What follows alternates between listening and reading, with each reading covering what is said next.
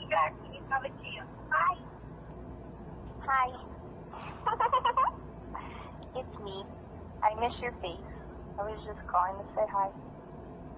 Call me back. Thank you so much for coming out here with me, Christopher. I am having a wonderful time. You mean a lot to me, and I'm glad that you're having a blast. I am so out of breath. Yeah, I'm trying. I'm really trying to help you guys. I need you guys to help me too. Like, Yes, we'll ma'am. do this as a team, but just don't So fucking let me down, the please. reason why we can't, like, I did think about this yesterday, that I would like to sit down with you once we have your text messages and the phone calls, and we can put them in a some type of easily looking, that we can sit down and look at them and compare them, and we can kind of get the context of how everything was going that night. I would like to do that with you. Unfortunately, so the download that we got yesterday is going to take multiple days to be analyzed. I probably won't have it back till next week.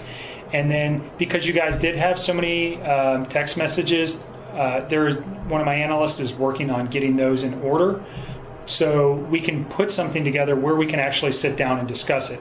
But I do think that's something that I want to do in the near future, sometime probably next week. I mean, I can do that. I don't mind giving you guys my time. I just need you guys to, like, help me with my employer and try to just help me brace for this media thing. I'm with you. We definitely need to accelerate the case, because the more it takes, the less sure that they are of situations. He murdered her. She's out of the picture. You're never going to know if she was pregnant. If he can get away with murder, you're not going to. I got divorced from my wife. You say, do you understand what I'm saying here? If she's gone, But this, Don't lead, hypothetically, please. yeah, Don't lead hypothetically, on. if she, Okay. you understand where I'm going. If Right, you but you're- didn't know, You're leading into questions that are nothing with your. if you didn't know though Wait, Nick, that she was there, did you hear what I said? I'm following you. Stop asking about it. She didn't have anything to do with it. She wasn't there that morning. She voluntarily cooperated with law enforcement. She provided us all the information. I'm not going to tell you where she's at. Stop. Leave me alone.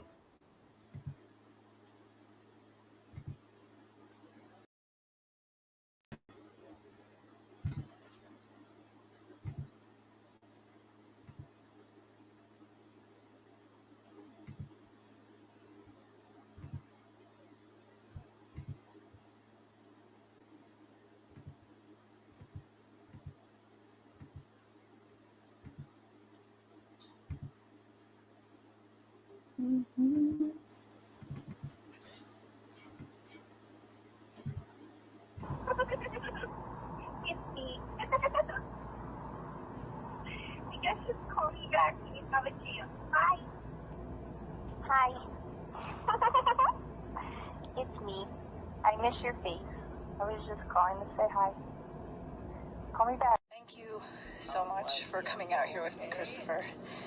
I am having a wonderful time.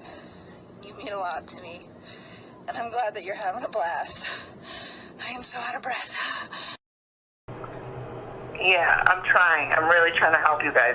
I need you guys to help me too. Like, Yes, we'll ma'am. do this as a team, but just don't So fucking let me down, the please. reason why we can't, like, I did think about this yesterday, that I would like to sit down with you once we have your text messages and the phone calls, and we can put them in a some type of easily looking, that we can sit down and look at them and compare them, and we can kind of get the context of how everything was going that night. I would like to do that with you. Unfortunately, so the download that we got yesterday is going to take multiple days to be analyzed. I probably won't have it back till next week. And then because you guys did have so many text messages, one of my analysts is working on getting those in order, so we can put something together where we can actually sit down and discuss it. But I do think that's something that I want to do in the near future, sometime probably next week.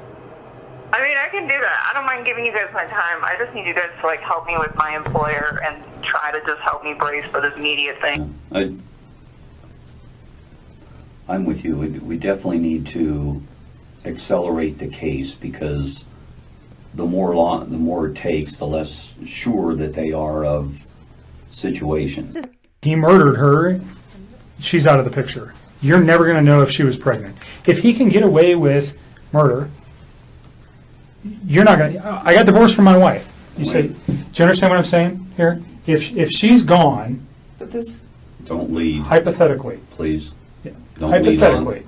if she, Okay. you understand where I'm going. If Right, you but you're- didn't know, You're leading into Right. questions that are nothing with your, if you didn't know though wait, Nick, that she was there, did you hear what I said?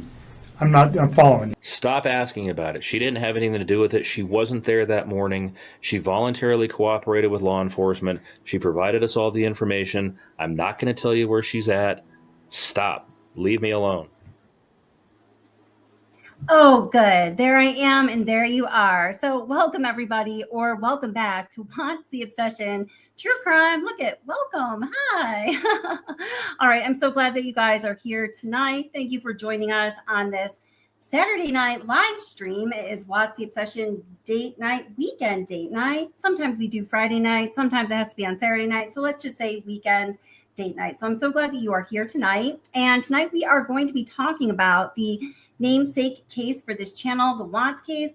And we are going to be taking a look into Nichol Kessinger, Chris Watts' mistresses' phone records, and ask the question. And hey, this is a question that I personally haven't taken a deep dive into on this channel, believe it or not, in the 4 years since I've had it. So we're going to watch some other videos from some really great channels, get some insight from them. And we're going to be asking the question, so who was Nichol Kessinger calling anyway? All right, and we're going to get right into that. Let me just say hello to those of you who are in here while other people are coming in. So, hey, Valerie, it's great to see you. And guys, let me know how the audio is. Is the audio all good? Can you hear me? Great. Oh, hey, thanks, Loco Jazz Hands.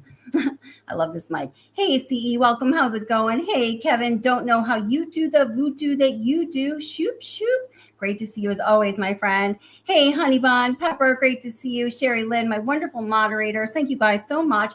I have some really exciting news for you. I'll tell you right after I say hello to everybody. Don't let me forget. Hey, Kaylee, welcome. How are you doing, my friend? And Melee, how are you doing? It's great to see you as always. And Claudia Salas, great to see you as well. And Orlando gives us a great quote here. If you have nothing to hide, you wouldn't bring your daddy to the interview. I thought you were going a different direction there, right?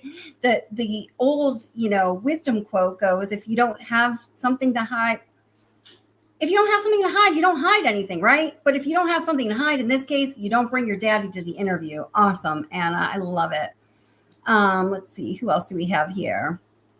I'm going to go up just a little further. If I did miss you, please say hello. I'll try to say hello back. It's definitely not personal.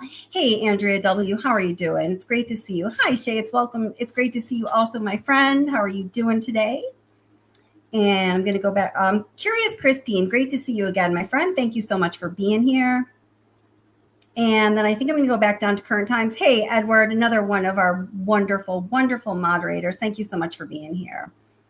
Okay, now the really great news is, and thanks to the wonderful moderators for this channel. I think the march was led by our moderator, Cuff You. I'm not sure if she's here tonight. She had a little bit of emergency, and Cuff You, we hope that you're doing well. And then Sis Vicious and Pepper and Honey Bun have been helping out in this effort. They have an entire What's the Obsession Discord set up that we are launching right now just as a benefit, a perk to members. So if you are a member of this channel, I sent out a members only post just before this live stream, and you should be able to see that post right on the community page, and it will give you the link to the Discord. And guys, I mean, I'm going to be honest, I really am not all that familiar with Discord, and I am so impressed. First of all, that these brilliant women set this up for the channel. I am just so super grateful. And I'm really so impressed with all of the things that we can do and we can discuss just by virtue of having this Discord set up for the channel. So, we'll be talking about this case, the Idaho case, all the other cases we discuss. We'll be able to get ideas from you guys. What information do you have? What do you want to hear more about? It's really just an interactive feature that right now we are offering to members only because we kind of need to roll it out slowly, right? And then hopefully maybe we will be able to open it up a little. I'm not sure. I've noticed a lot of other channels do offer it as a members only feature. So you can give me some feedback about that too. How do you guys interact with Discord, with true crime channels? What do you want to see? What do you think we should do?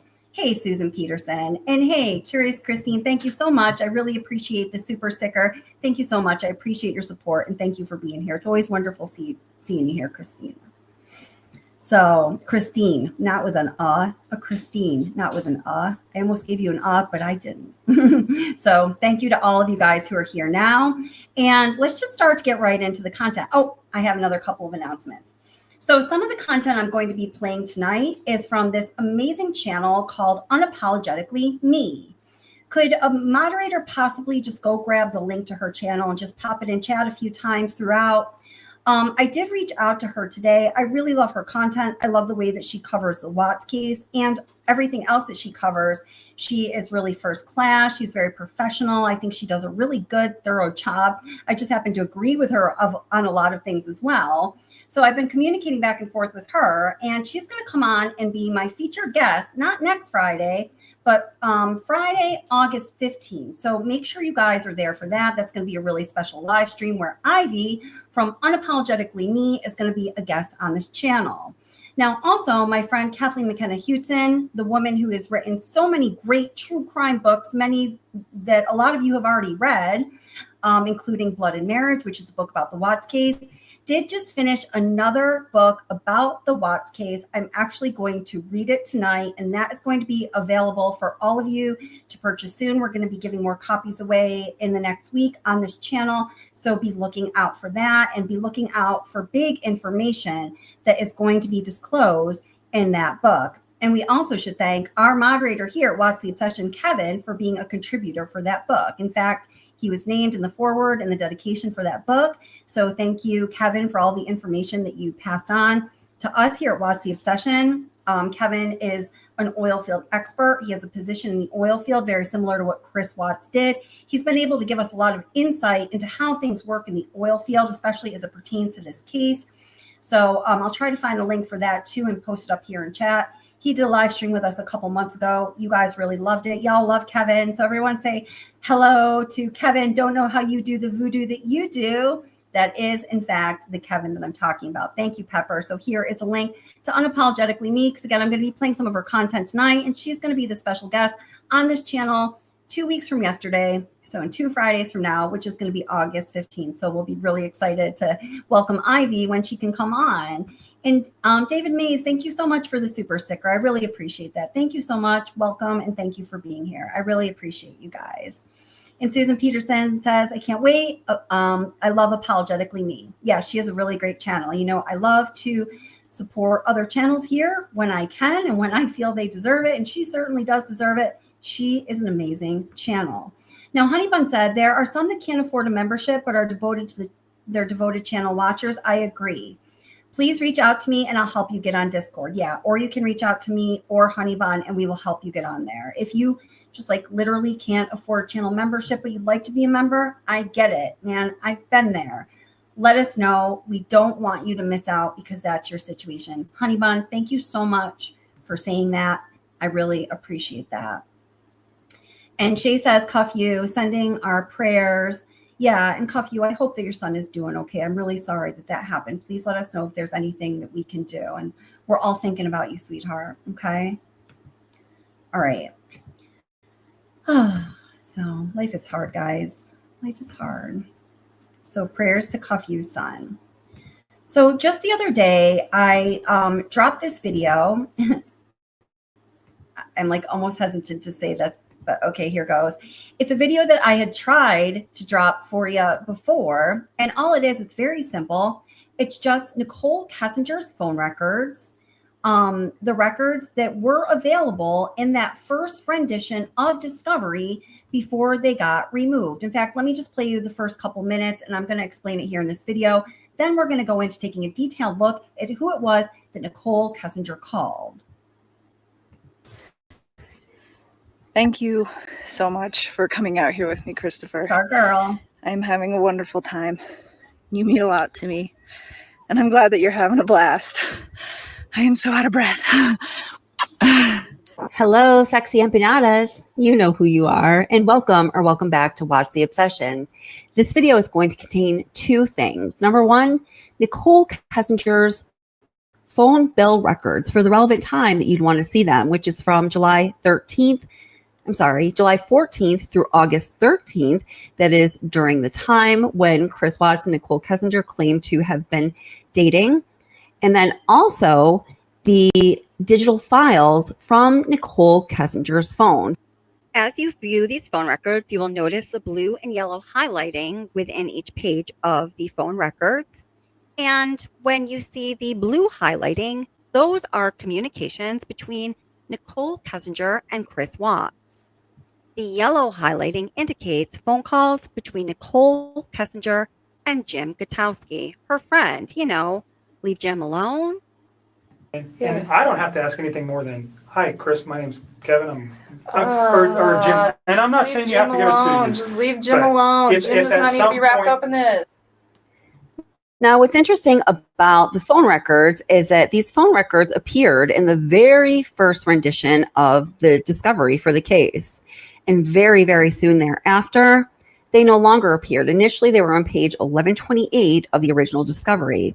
A very short time after the discovery was first released, the phone records were removed and those pages were replaced with Chris Watts fan mail letters from, you know, those women that write to Chris Watts while he's in prison.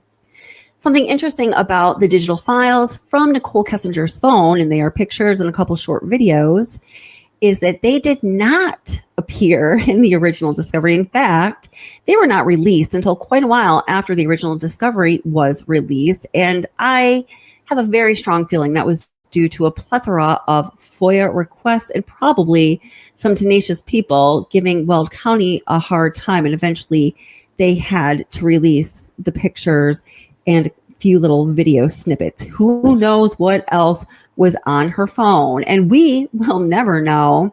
And we know law enforcement does know. And isn't that all very interesting? So since the important information that I have to share with you in this video today is all visual, as you are viewing the information from the phone records here. And okay, so again, this is a video that I just dropped a very short time ago. So then I'm just going into talking about what is going to be in the contents of that video in particular. Okay, so we know that one of the important things that we were able to learn from Nichol Kessinger's phone records, perhaps, but not definitely even, the most important thing we learned from her phone records was the 6:16 a.m. ping that happened the morning of the murders, just shortly after Chris Watts left in his work truck, his driveway, to take that wretched drive to Survey 319. And I do just want to say thank you so much to Melee for the super sticker. Thank you so very much, Melee. And also our wonderful moderator and person who helped us out with the Discord, Pepper,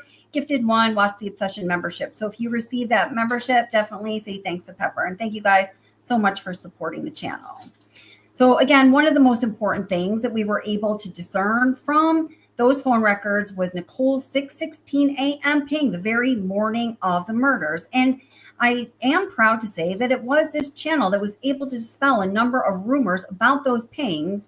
And through hiring experts, we were able to determine that that ping from Nichol Kessinger's phone happened, now listen carefully, in a definitive under 300 to 400 yards from the Watts residence. So it could have been right on their front doorstep, or it could have been up to 300 to 400 yards. So that puts Nichol Kessinger in really close proximity to the Watts house, 2825 Saratoga Trail, which dispels any possible ideas that, you know, maybe she was just driving to work. She was on the highway close to the Watts house driving to work. The highway that she would be driving down, going to work from her house that would pass the Watts house is further, much further. It's over half a mile from the Watts house, which would be 800 yards. So that dispels that rumor straight up right away. And hey, Sherry, thank you for gifting 5 more Watts the Obsession memberships. So congratulations to those of you who got memberships.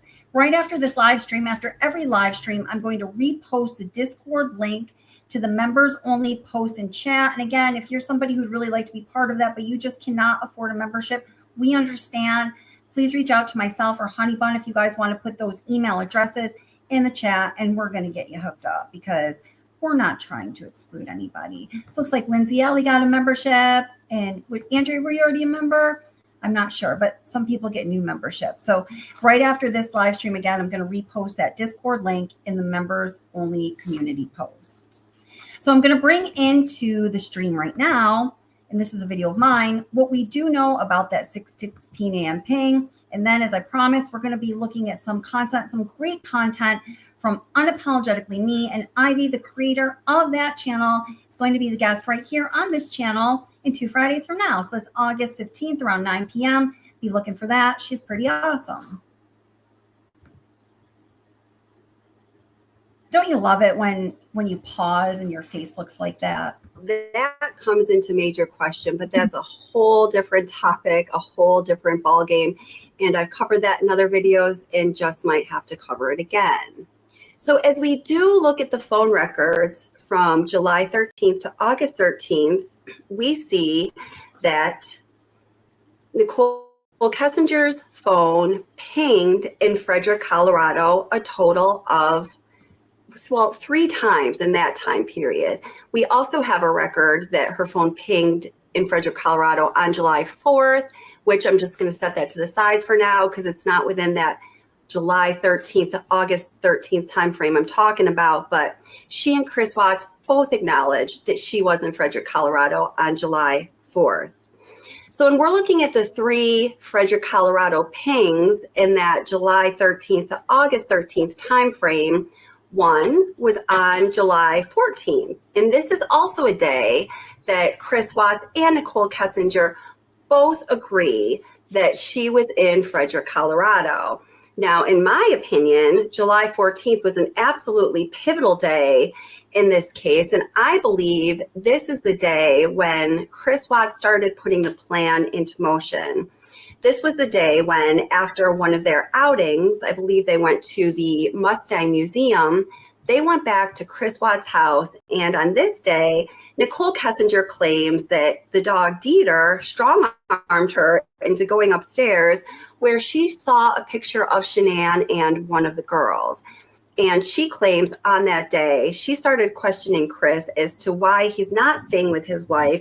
She even went so far as to assert that she encouraged him, starting on this day, to stay with his wife. Now, one of my favorite comments that people leave on my channel is, said no side piece ever. I really do agree with that. The other time, or the second time of the third, when we're talking about the pings on Nichol Kessinger's cell phone in Frederick, Colorado, from July 13th to August 13th, is on July 18th. Now, this ping was actually initiated from Chris Watts' phone. He was also in Frederick, Colorado on that day, and he was calling Nichol Kessinger. I think she was kind of like, hanging around there. There was some story told about getting touch-up paint for her car that was perhaps picked up on that day. So of all of the pings from Nichol Kessinger's cell phone from July 14th to August 13th, the third time that she pinged in Frederick, Colorado was on the morning of August 13th at 6:16 a.m. This is a critical time because this would be right around the time, a little bit after the time that Chris Watts left his driveway after we saw, based on the security camera footage from neighbor Nate's security camera, that he had been packing his car for about half an hour, and then he took off heading to Survey 319, where later that week, the bodies of his beautiful wife, Shanann, 15 weeks pregnant, his daughter, Bella, and his daughter, Cece, were found. Now, these pings happened. They were real. This issue has been put to rest, and I'm showing you the evidence right here on this video. So guys, please, please take a look at everything that is available. Think for yourself, and don't ever just believe one source when it comes to critical information regarding this case or any other. You always have to ask yourself, who has an agenda and what exactly is that agenda? You know what I'm saying? In case you still have any doubt regarding the phone ping, I'm going to break it down a little more for you to show you exactly why Nichol Kessinger's phone ping in Frederick, Colorado is 6:16 on August 13th means that she was right near 2825 Saratoga Trail, the residence of the Watts family. Okay, so here we have Saratoga Trail. Then we have where the Frederick Tower was. These two locations are very close. Now, guys, I want you to know that I was able to get the record and maps of the towers at the time of this tragedy in August 13th, 2018. And the towers that I have depicted on my visuals are towers that service Verizon, which was a carrier Kessinger was using. Okay, so down here where the little red marker is, that's Kessinger's residence. So her route to work up in Platteville is as shown. Over to the right, up to Platteville, takes a total of 33 minutes. You'll see right about in the middle of that map, you'll see Frederick, okay? Now what we're doing, guys, is we're zooming in to this full route, 33-minute route map, okay? All right, so here it is. So you see next to this highway here, I have all these pictures of super cool Kessinger at the sand dunes. So that's just indicating that's her route going, from the bottom of the screen upwards. Now you see over to the right, there's 1, 2, 3 towers with the pink arrows pointed towards them. Each of these 3 towers service Verizon, and they have bandwidths that are strong enough for sure to be favorable to pick up a signal of somebody traveling on this highway. The bandwidth probably is such for the highway traffic. Now you see the red arrow, the large red arrow here points to the tower that she pinged off of, okay? So just imagine Kessinger traveling along this highway that's highlighted in green right next to her picture. Just look at the distance of a car traveling on that highway, the distance from that car to the Frederick Tower or that car to any one of the towers to the right. The distance of the towers on the right is a lot less with a strong enough bandwidth than the distance of somebody traveling on that highway to the Frederick Tower. So what this tells me, really beyond a shadow of a doubt, is that she was right in the vicinity of 2825 Saratoga Trail. So now let's move on to the 111-minute phone call and NK's personal timeline from that Sunday night, August 12th, into the morning of August. Okay, I'm just going to play this little additional bit from this video because I think this is really important, and I really don't think that it can be repeated enough as far as, finding complete justice for these victims goes and finding complete resolution to this case. Please pay attention here. I think this is super, super important.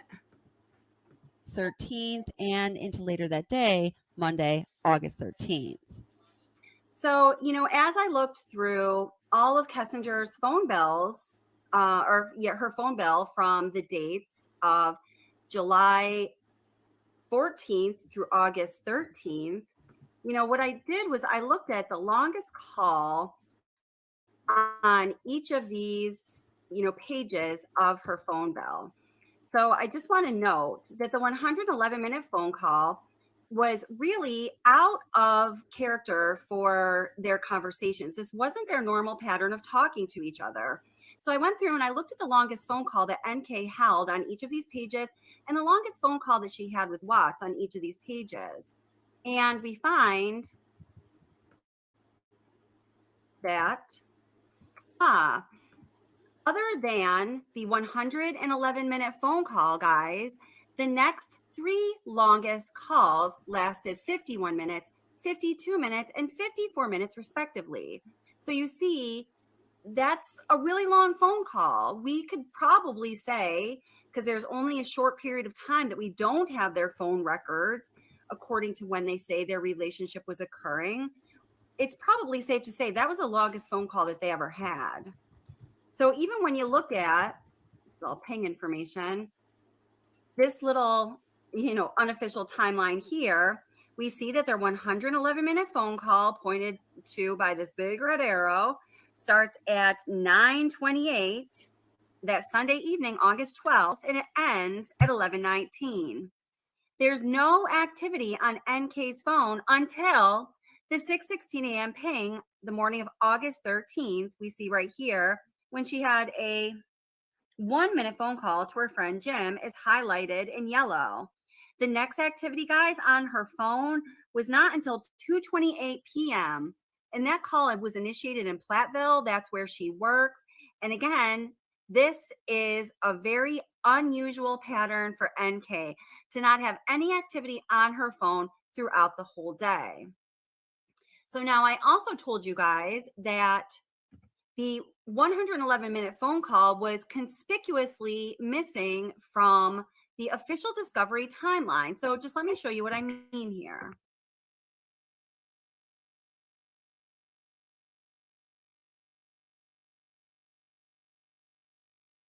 Sorry about that. I just want to reiterate the point that I just made here because I think it's a really important one. Now, first of all, we just have to remember that what law enforcement did disclose to the public about Nichol Kessinger's phone records was never really meant for the public to dig into, right? Even these phone records, as you're seeing here, were only available in a very short, limited time span, the first rendition of the discovery. And I mean, it lasted for a matter of hours. Luckily, people grabbed it, preserved it, and now we have it.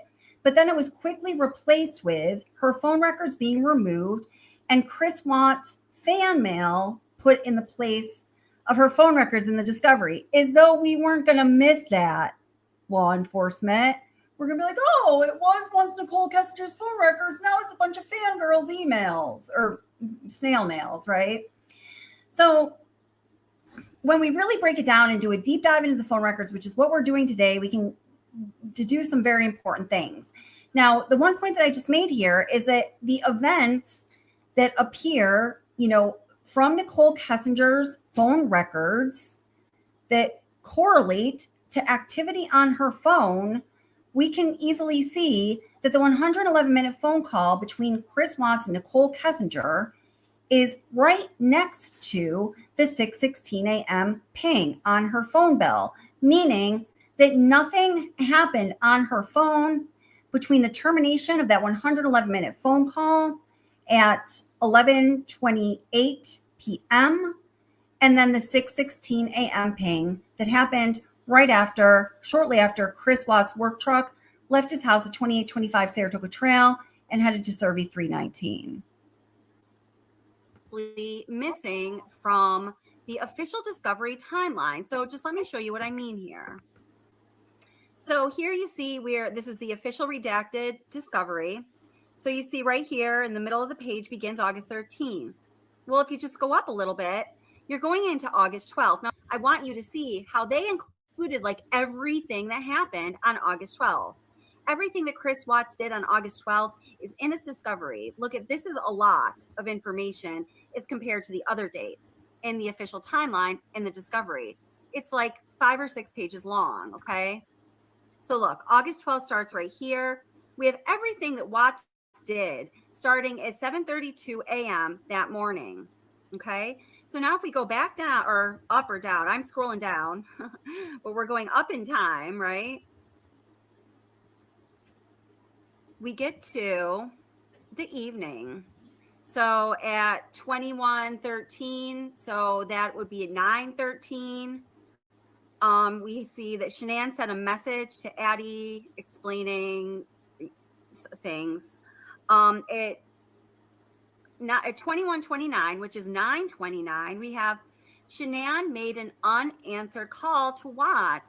Well, the reason that likely is, my friends, is because a minute before that, at 9:28, or in military time, 21:28, that's when that 111-minute phone call began.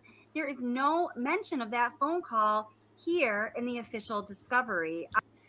And then there are also anomalies that we can observe from the discovery, and this includes the Officer Kunra, the first responding officer to the scene of what ended up being the scene of the crime, but after he responded to Nicole Atkinson's really smart wellness check call to check on Shanann and the girls, we can see that on Nate's security camera footage that he describes in great detail is motion triggered. There has to be motion for that camera to turn on and for it to take a shot, and pick it up as security camera footage. That happens at 11:31, where there are headlights going by the Watts house. And then again, after that 11:31 motion triggered incident, when there's headlights going by the Watts house, there is not another motion triggered incident in front of the Watts house until Chris Watts and perhaps someone else leave at what I believe is 5:18 a.m. to walk out to his work truck, to then back his work truck into the driveway and to load his work truck and then eventually leave. Well, that motion triggered event that happens at 11:31, and I've made some videos about this if you want to see this in greater detail and you want to see all the receipts that are in there, is 3 minutes after the 111-minute phone call ended. So this is all very curious timing now, isn't it? Now, there are really great channels, and, I said I'm going to be playing something from Unapologetically Me, and she will say this as well. As she is going through and doing her thing and making content, she also gives credit, as do I, to the channel Footsteps of Murder. And let me just show you this. We're not going to go through all of this in detail, but if you on your own, and maybe we'll go through it sometime, wanted to see the where exactly Nichol Kessinger was calling to, she goes through every single line of Nichol Kessinger's phone bill.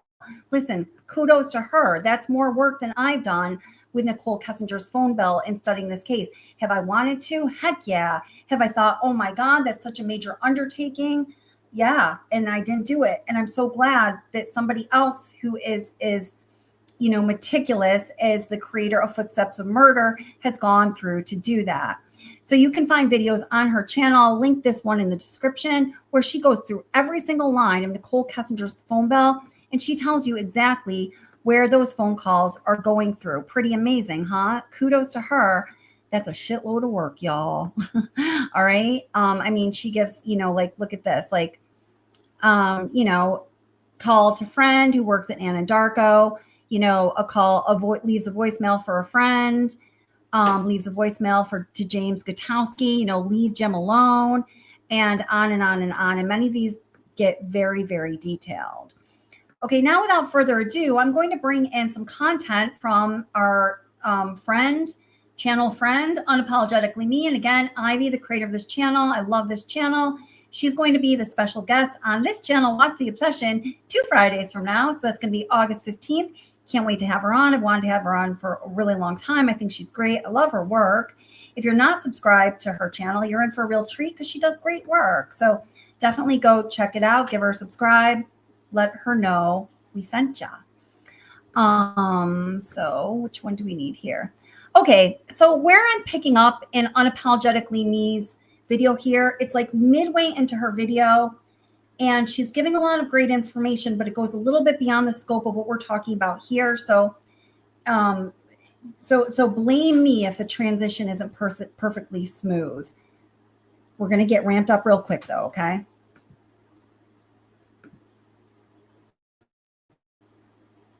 Her transitions are smooth as butter, baby. That's what I'm saying. It's not her.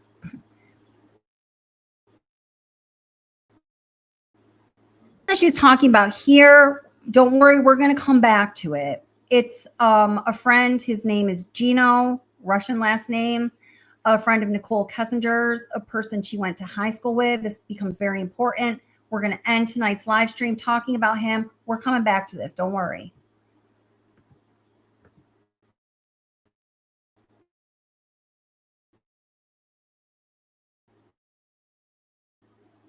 But it would make sense, or at least he didn't make sense to me at first glance. This man, whose identity I have already revealed in episode 1, I will be revealing again shortly, was in communication with Nikki the same amount of times as Gino was. More than once, they were in communication on the same day, as Nikki was talking to Gino after Chris had confessed. Like I said, I told you his name in the last video. He is a 66-year-old man named William Biscay.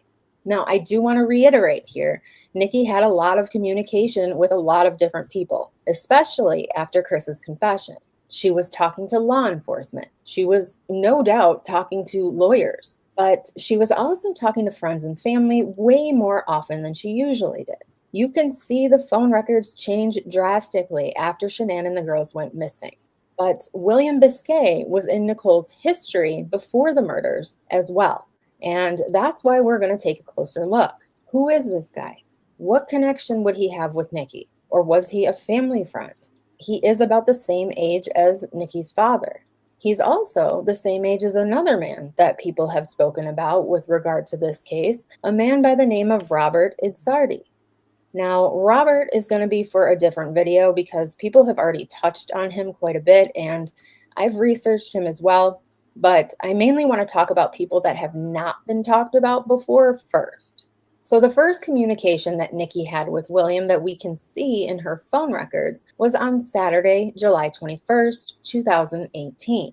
This call came in at 11:50 a.m. and they spoke for 45 minutes. As you can see, this was the first call of the day, and just after hanging up with William at 12:46 p.m., Nikki calls her mom and they speak for 6 minutes. Shortly after talking to her mom at 1:05, Nikki calls Jim and they speak for 28 minutes. Then at 2:59 p.m., Nikki calls Jim again for just 2 minutes. At 4:26 p.m., Chris calls Nikki, and after that, Nikki only has one more call in her Saturday, July 21st call history, which so far doesn't seem to put up any red flags. To me, I think it's probably a friend. So what happened on July 21st, 2018 in the timeline? Does anyone remember? We just went over it in the last video. Yes, Vandermeer Speedway. We also have those searches from Chris about the Oxy earlier in that week and a CVS pharmacy near Nikki's home the day before. Once again, the timing of communication is interesting. Could this just be a coincidence? I mean, it could be, absolutely. Please remember, if you are watching these videos in live time, I am researching for each video now. Nothing is pre-scripted. I am scripting as I'm researching, so I am finding certain information out as we go. These names raised a red flag to me during prior research, and I made notes to come back and look deeper into them, essentially leaving no stone unturned. Again, this is all speculation based on evidence that we have. Everything is public record, and all research I am doing originated from the 1,960 pages in the discovery. Okay, just got to protect myself, you know? So the next communication with William is the next day, July 22nd, 2018. Nikki calls him at 11:04 a.m. and the call is just 3 minutes long. Kind of seems like a check-in type call, 3 minutes. 11:12 a.m., William calls Nikki back for just 1 more minute. Right after that call, Nikki makes a call to another friend and then Chris at 1:54 p.m. and they talk for 54 minutes. Again, this is the day after Vandermeer, and Nikki says in her interview with Kobach that after Vandermeer, they went back to her house. So this is just speculation, but Chris could have spent the night over at Nikki's. So was he there when these phone calls were made? That would certainly be one of the questions that I have. After this, there are no calls between these two until Tuesday, August 21st at 6:27 p.m. William calls Nikki and they speak for 6 minutes. This call is just before Nikki's scheduled recorded call to Detective Kobach. It is also the day that Chris is formally charged with the murders. Wednesday, August 22nd, 2018, William leaves Nikki a voicemail. Then the next phone call she gets is from a number linked to Gino, and that call is 13 minutes long. The next call is from Detective Kovac and is 7 minutes, unrecorded. And then her dad, and then another unrecorded call from Detective Kovac. She then talks to Brittany, her sister, Detective Kovac, and then right after she gets off the phone with Detective Kovac, William... I'm sorry. Someone just said the sound is in and out. Are you guys having problems with sound in Soho 212? I'm really sorry about that. Are you guys having problems with sound? I'm just going to wait here and let you guys give me some feedback so I can fix it if I need to. Let's see. Yeah, Anna, you're totally right. That's where we're going to be going with all of this. And this really connects in with kind of some other topics that we've been talking about pertaining to this case. So okay. So other people are saying the sound is good for them. So I'm sorry about that. Soho 212. I'm not sure what to do because I guess the sound is okay. I know sometimes that happens to me on YouTube. I don't know, maybe if you pop in and out, but we definitely don't want you to leave, but I hope the sound gets better for you. Calls again. It's 5:30 p.m. and they talk for 4 minutes. Again, it's a pattern. It's where certain people are located. She's talking to people who we know are close friends or family. And then in between them are people that we're trying to figure out, why is it there? At first it was, why is it Hazelbrook Sober Living? And then we find out, well, it's not necessarily Hazelbrook Sober Living. It's linked to the owner of Hazelbrook Sober Living, someone she went to high school with. You know, and now we have a phone number of a 66-year-old man. Like, why are you talking to a 66-year-old man? And, you know, so I just wanted to look deeper into it. And did I find anything out about this connection with William Biscay that I thought was suspicious? Maybe. I'll let you decide. I initially looked up the phone number on Nikki's Verizon bill, and that's what led me to the name William Biscay. I saw that he was 66 years old. So at first I didn't think too much about it. I thought maybe a random call for whatever reason. Nothing to see here. But when I came across the number a few more times, and then I looked at the other communication around this man, that is what prompted me to look further, just out of plain old curiosity. And I found that William, aka Billy Biscay, according to public records, owned a vehicle at the time that matches the exact description of a suspicious vehicle spotted near the Watts home. Okay, so this is a person that Nichol Kessinger would call on her phone records around the timeline of the murders. And this is information. Honestly, I never knew any of this till I watched this video. And again, we're watching Unapologetically Me, and the creator Ivy is going to be the guest on this channel 2 Fridays from today. So it's August 15th. So mark your calendars for that. She's pretty awesome. So now we are going to be looking into this William or Bill Biscay and how a vehicle he owns matches a description given by the Watts neighbors of a vehicle that was suspiciously outside the Watts house around the time of the murders. A vehicle neighbors say didn't belong to anyone on the block. You may remember in body cam footage taken from the early days of the investigation, police spoke to a woman and her 2 sons who lived near the Watts home. And what they told police was a bit unusual. They described seeing an older Ford pickup truck. They described it as being gray with a gray camper shell. And they said it was parked on the street.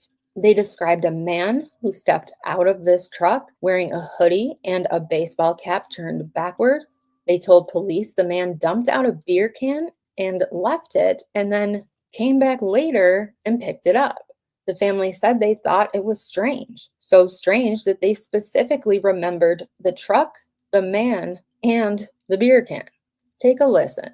We're sitting down here in this great truck. He dumps out his beer can. And then, leaves it there, goes down around the block, comes back, picks it up, and, kind of tears out of here. We're like, what is that about? In a gray truck? Yeah. So I was like, you're going to dump your beer can, and then you're going to come back for it when the cops are sitting right there? Right. That was weird. Did you have a good look at the guy or no? Yeah. He... Roughly. If he did, that's fine. He had, a backwards cap on. Yeah. Like a hoodie. Yeah, maybe 20s, 30s. White male? Okay. Did the truck say anything on it? It was a gray truck with a camper shell. It was a Ford. It was a Ford? Yeah. Ford. Did they have the camper shell? What color was it? The camper shell? Uh-huh. It was tinted same windows? color as his Yeah, car. it was like gray too. It was great. Okay. Yeah, that was the only weird thing we saw tonight. We're like, what? Newer, older? It was an older model Ford. Older Not one of the model newer ones. Okay. Now, in my opinion, that matches the exact description of a gray 1994 Ford Ranger extended cab, frequently seen with a camper shell. This is what the vehicle looked like. That description, in my opinion, is not kind of similar. It's not vaguely matching. It is my opinion that it is a nearly perfect match to what the neighbors described.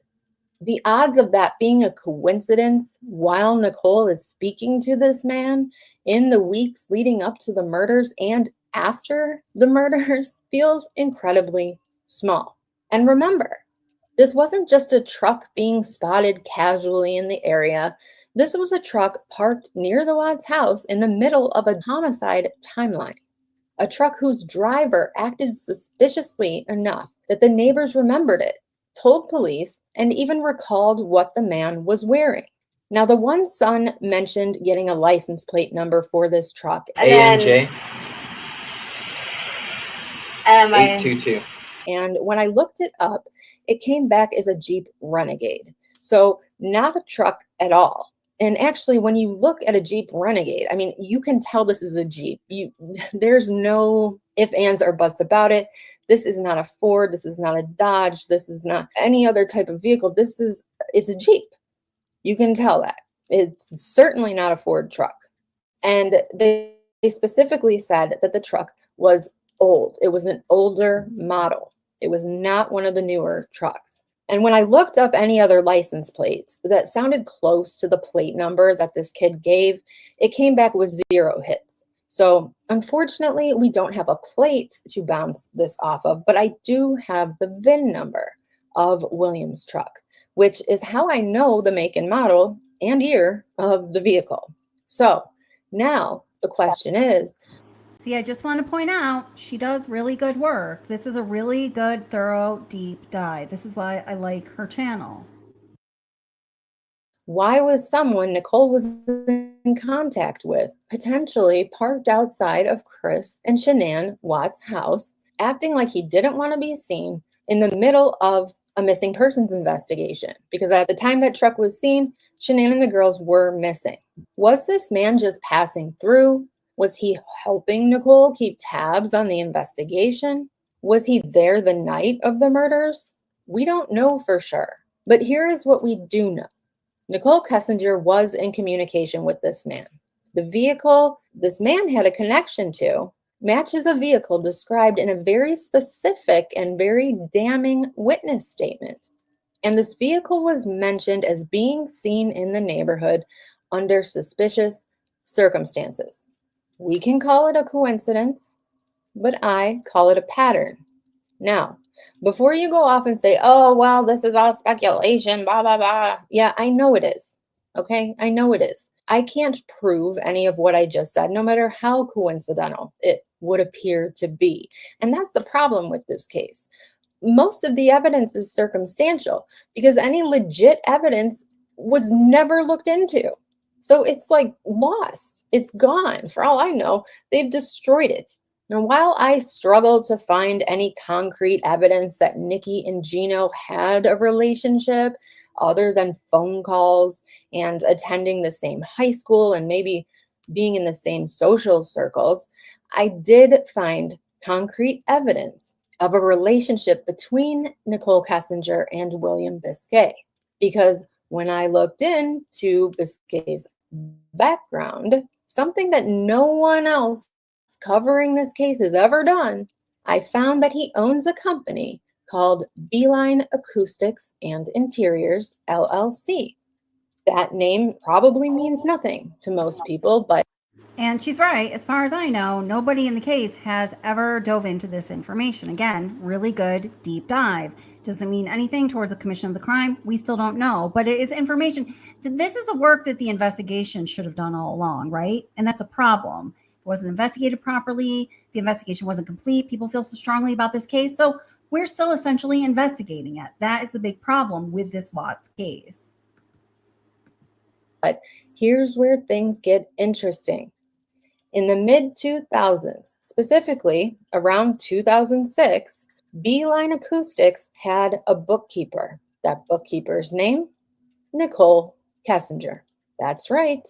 Not only was Nichol in contact with this man in 2018, during the time Chris Watts was planning and executing a murder, but she also worked for him years before.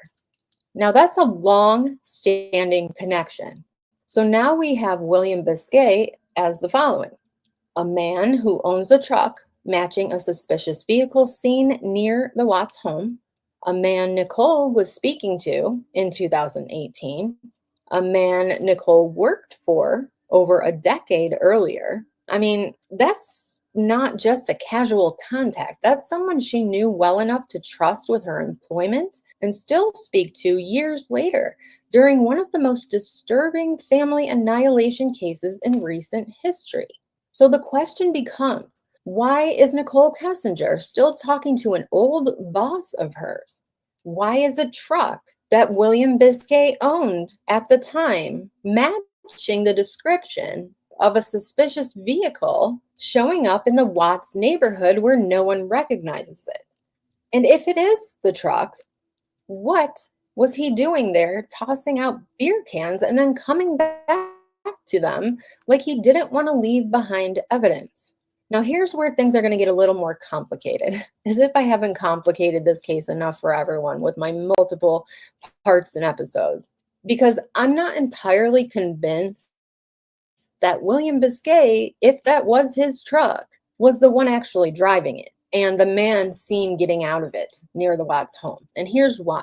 Like I said earlier, William Biscay would have been around 59 or 60 years old in 2018. Not impossible, but not quite the profile that witnesses described. They said the man they saw was wearing a hoodie and a baseball cap turned backward. He had like a backwards cap on, Yeah. like a hoodie. Yeah, maybe 20, 30. Male. And that detail stuck with me. At the time, I couldn't think of anyone matching that description. But after watching interviews of Gino and seeing many photos of Gino, he appears to more often than not be wearing a hoodie and a backwards baseball cap. And when I looked at the phone records again, I noticed something else that was strange. Just before the murders, Nichol Kessinger spoke with William Biscay and then Gino Shvedov back to back, almost like she was part of a conversation involving the both of them. And that's when it hit me. What if it wasn't William driving that truck at all? What if it was Gino behind the wheel of this Ford Ranger? Think about it. William owns the truck. Gino fits the physical description. Nichol is in contact with both of them just before the murders and after the murders as well, if we want to be technical. That kind of overlap of people, vehicles, timelines, behavior isn't normal. Could Gino have been watching the Watts home? Could he have been involved in the disposal of something or someone on that street? And how deeply was Nichol Kessinger entangled with both of these men who now sit just outside the official narrative of this case?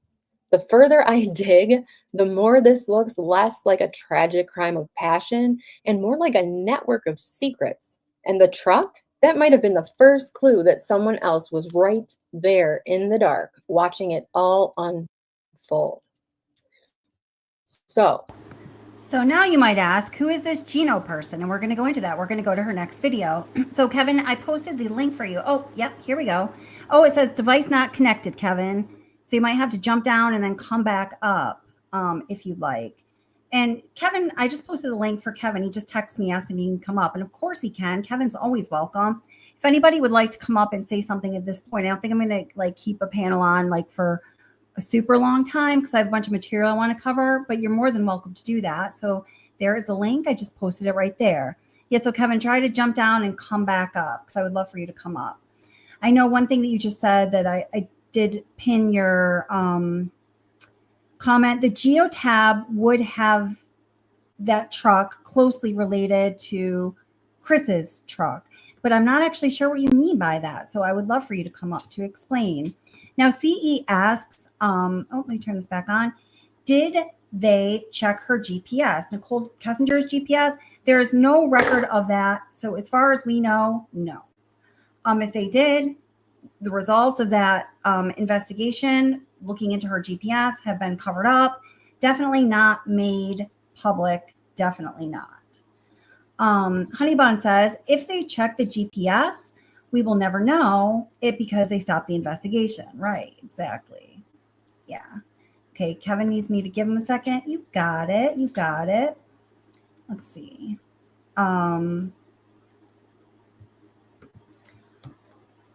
there we go. Okay, so Kevin's going to try to come back up. Here, let me give him a couple more comments too. And also for those of you, I know some people, I started doing this because some people asked for this because they don't want to do super chats. And I guess people started to hear that like YouTube takes half of it, which is something like that. I'm not even sure, but it, you know, it is what it is. And I appreciate all the support for the channel that you guys offer. So thank you. If you do want to comment, but you'd rather use PayPal or Cash App, you can do that here through the link I just posted. And I'm checking them, which is why I saw Kevin's text, which is great.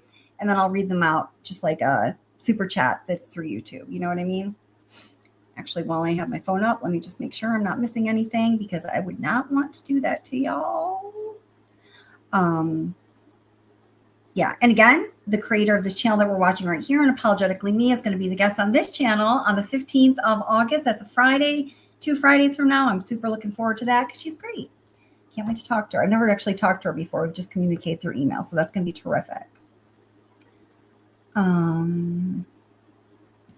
Anna Orlando says he was probably looking at the back door in the Watts house. The dogs never picked up any sense of death in Chris Watts' truck. Right. There was one dog. It was Jane's dog. I'm pretty sure. Oh, I made a video about it. I'm almost positive it was Jane's truck that did indicate outside of the Watts truck. And you might ask, well, why didn't they just open the door and have the dog go inside the goddamn truck then? Well, the answer to that question is they would have to have done something that was just such an insurmountable task. They just couldn't.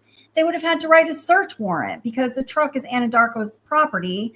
So to do things the right way, if they wanted to go inside of that truck, they would have had to have written up a search warrant, had it served to the corporate headquarters at Anadarko, and had someone with signing privileges sign off on it. Not a big deal. But they didn't go through the process of doing that. So they never opened up Chris Watts' truck door until after Chris Watts was arrested and the cars were taken in and they were searched at that time, which could have been a loss of critical evidence, of course. Oh, Pepper says, have you had a chance to read her new book, Girls of Summer? No, actually, that's what I'm doing right after this live stream. And she's going to be coming on soon as well. And I just can't wait. I'm going to be giving away a couple copies too. I was just thinking about how to do that. Yeah, exactly. Says Anaphylaxis, who's retired law enforcement. So I always love hearing her perspective on the law enforcement issues in this case or any other, because she has a skilled, trained practice perspective.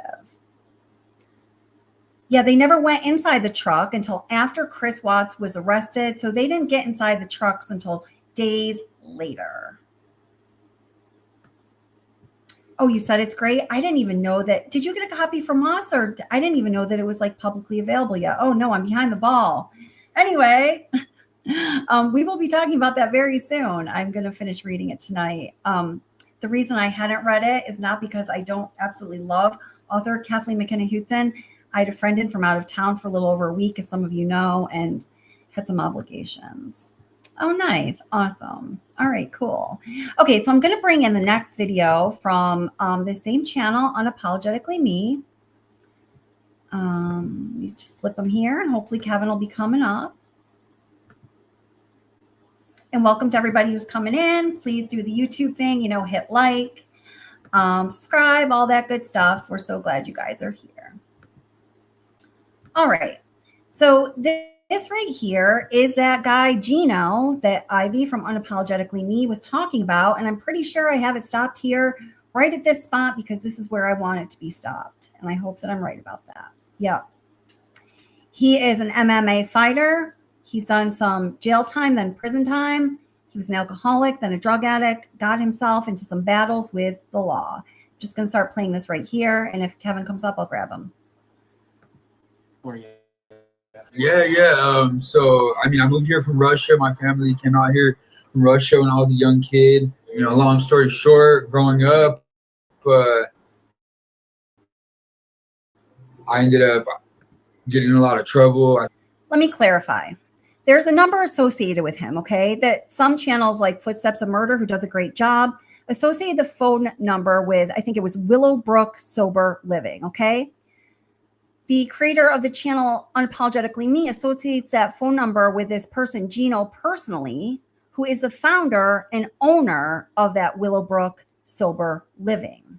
He's the same guy I was just telling you that's an MMA fighter who's been in jail and prison, was an alcoholic, then a drug addict. He's had some battles with the law. She'll tell you more of the story here. I think like a lot of kids, you know, just ended up getting in a lot of trouble, man, getting involved with the wrong people, getting involved with drugs, alcohol, things got really bad. You know, not sure why, but you know, I thought that's the kind of life I wanted to live, and you know, follow that rainbow to the end, and really there was no pot of gold, so had to make some adjustments. Spent a lot of time in prison because of my consequences of my actions. It's a lot of bad stuff, man. A lot of bad stuff. Blessed to be able to pursue a different kind of life now. I should also tell you that Gino went to high school at Eagle Crest High School in Aurora, Colorado, which also happens to be the same high school as Nichol Kessinger. They are also the same age and same graduation year listed, which was 2006.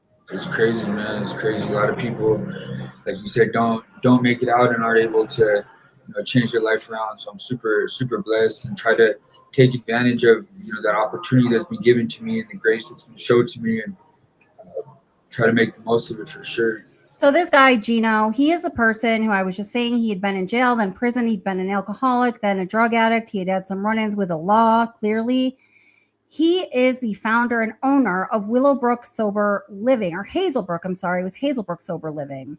So this is a number that a lot of people, when Nichol Kessinger's phone records first came out, and they were like looking through these numbers, trying to figure out who she was calling, they came up with Hazelbrook Sober Living. Unapologetically Me did a deep dive as well and came up with a number that was connected to him personally, and found out that he is in fact the owner and founder of Hazelbrook Sober Living. He went to the same high school as Nichol Kessinger, graduated in the same class with her, is the same age, and she points out a number of reasons where it's very likely, almost, you know, it has to be that they know one another. You know, like I said, I had a rough past with, you know, addiction, you know, getting in trouble, a lot of stuff like that. And, you know, I'm not ashamed of it. I don't try to hide it. In fact, I believe, you know, it was meant to happen. And I use that opportunity to help other people. Now, some people may beg to differ with me here, but like Gino, Nikki also had a troubled past. We went over it in one of the first videos that I did on this case before the timeline. And we even talked about an alleged stabbing incident that took place during Nikki's high school years. Her history doesn't say anything about drugs, just alcohol, and it doesn't appear she ever had any consequences for her actions, unlike Gino, whose alcohol consumption eventually ended up with him in jail, and he then moved on to harder drugs and ended up in prison a few times. When Gino got out of prison in 2016, despite still using while behind bars, he had an idea that would eventually end up making him a millionaire. His idea was to purchase homes to use as sober living houses. We operate Hazelbrook Sober Living Homes and Recovery, which is a recovery organization. We help lots and lots of people that struggle with the same thing, you know, that are in recovery, they're getting out of prison, getting out of jail, treatment, whatever. Help them, try to provide better opportunities for them. Recently, we've opened up a nonprofit community center. It's called Paradigm One. Right now we have one location. It's in Aurora, and we just try to provide cool stuff for people that are trying to be sober. One of the things we have there is that we got some boxing going on there. We also have an art program, a music program, like a DJ program. Just a cool, fun space where people can come and do fun things in a good environment. There's a lot of stuff out there, but at the end of the day, the reason why we did it and why we got high and got into that lifestyle is because it was fun. It gave us a sense of community, a sense of belonging, and so I think there's lots of ways to do that in a positive way.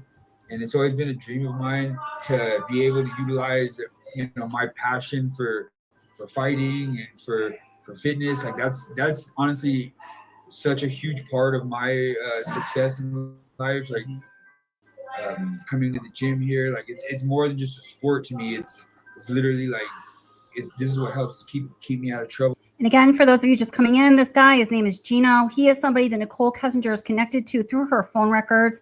It's a number that some have also connected to Hazelbrook Sober Living. He is the owner and founder of Hazelbrook Sober Living, who is headquartered in Aurora, Colorado, right near where Nichol Kessinger lives. He also went to the same high school as Nichol Kessinger and graduated in the same year as Nichol Kessinger. Will keep me sober, so I know it can work for other people as well. So we just kind of went out on a limb and just created this thing, and we just opened it up in January, and we're working hard to grow it and need grants and all that stuff. But I think it'll definitely take off. We're hoping to open up other locations too around the state, and yeah, I think it'll be a great addition to the recovery community for sure. Did you ever see yourself being the executive director of such an important nonprofit? Honestly, no, man. Like I didn't even think that I would be doing anything in a nonprofit way. Like that whole realm is completely new to me. And yeah, just being an executive director of anything, let alone two. And can you guys hear him talking okay? Because if you can, I'm just going to move through this a little bit, his interview. And I did just want to say thank you so much to Joanne Murdoch for the $5 super sticker. Thank you so much for being here and for your support, Joanne. I really appreciate it. Thank you. Thank you. And then Guilty of Crime, another channel, another great channel, Friends of Watts the Obsession, says, Kelly, Watts the Obsession, I have good news. And you did email me about it, or you will. I'll be looking for it, though. That's awesome. Very cool. Kevin, it still says device not connected for you. I'm just going to move through the rest of his interview here and get to the rest of the analysis by our very talented friend, Ivy. Oh, looks like we're just about there. Okay. Two organizations. Again, this is creator Ivy, the channel Unapologetically Me. She's going to be a guest on this channel on Friday, August 15th. Definitely tune in for that. It'll be great. It's crazy. It is almost surreal to me. But, it's a blessing, man. It's amazing to be able to give back like that. And I love it. I'm super grateful. I just try to be the best steward of that as possible. And when you listen to Gino tell the story, you can't help but to think, this is a guy who's turning his struggles with drugs and alcohol into a legacy by helping others who are exactly where he was back in 2016, getting out of prison with nowhere to turn, not knowing how or if he would be able to remain sober. His idea was going to be a saving grace for many who had nowhere to. Yeah, some of you are asking about Honey Bun's credentials because she's commenting on the dogs. First of all, Honey Bun, how many dogs do you have yet? She has a whole house full of beautiful pit bulls. She is so connected to animals. She's always been worked with animals, has helped animals, takes in animals, fosters animals. I mean, her house is just this amazing, like big love of just big home of doggy loving. And, as she said here, she trained some dogs while she spent some time behind bars herself because, life goes on and sometimes we do things and then we, hopefully the consequences come and they impact us in a way where we steer our life in a better direction, which is totally what my girl did. I have no more respect for any human being on this earth than I do Honey Bun. And she has experience in a whole lot of areas as a result. So everybody just should be grateful we have her here with us. Go. and no one to help them get out of their dangerous pattern of drug use and self-destructive ways of thinking. If you or someone you love has ever been in the throes of addiction, you'll understand. If not, count yourself fortunate. Addiction is not always a conscious choice. Sometimes it is, yes, but not always. Here's another interview with Gino, specifically talking about his story and Hazelbrook Sober Living and its mission. This one is from the Mile High podcast. All right, we're live. I'm Bryce Hancock. This is Mile High Recovery Chat, and I'm here with Gino Shvedov. Hey, what's up? What's up, Bryce? Did I pronounce it right? Yeah, it's perfect. All right. So I don't know your story. I met you. Gino Shvedov. I haven't been able to say his last name until now, although I'm Ukrainian, Russian, very similar. Gino Shvedov. Allison Harden said, hey, there's this guy, Gene. You were Gene back then. Yeah, I still am. Everyone just calls me Gino. I don't know. Okay, you're still in my phone is Gene Hazelbrook. Yeah. And she said he's starting a sober living, and he could maybe use a little, I don't know, direction or advice. Remember? And I came out and I saw your house and I met you. Yeah, for sure. I want to know about you. You're Russian. Yep. Okay. And so you moved here when? So I was like 3.5. So it was 1991, I believe, back when Russia was like right at the very end of like all the communists. So I'm going to move forward through this a little bit. If you want to hear Gino tell his story, you can go over and check it out on Unapologetically Me. He moves here from Russia with his family. He has some hard knocks. He becomes an alcoholic. He goes to jail. He has some harder knocks. He becomes a drug addict. He goes to prison. And we'll catch the end of it here. And then Unapologetically Me's analysis is what I really want to hear. Me to stay in school, pushed me to go to college.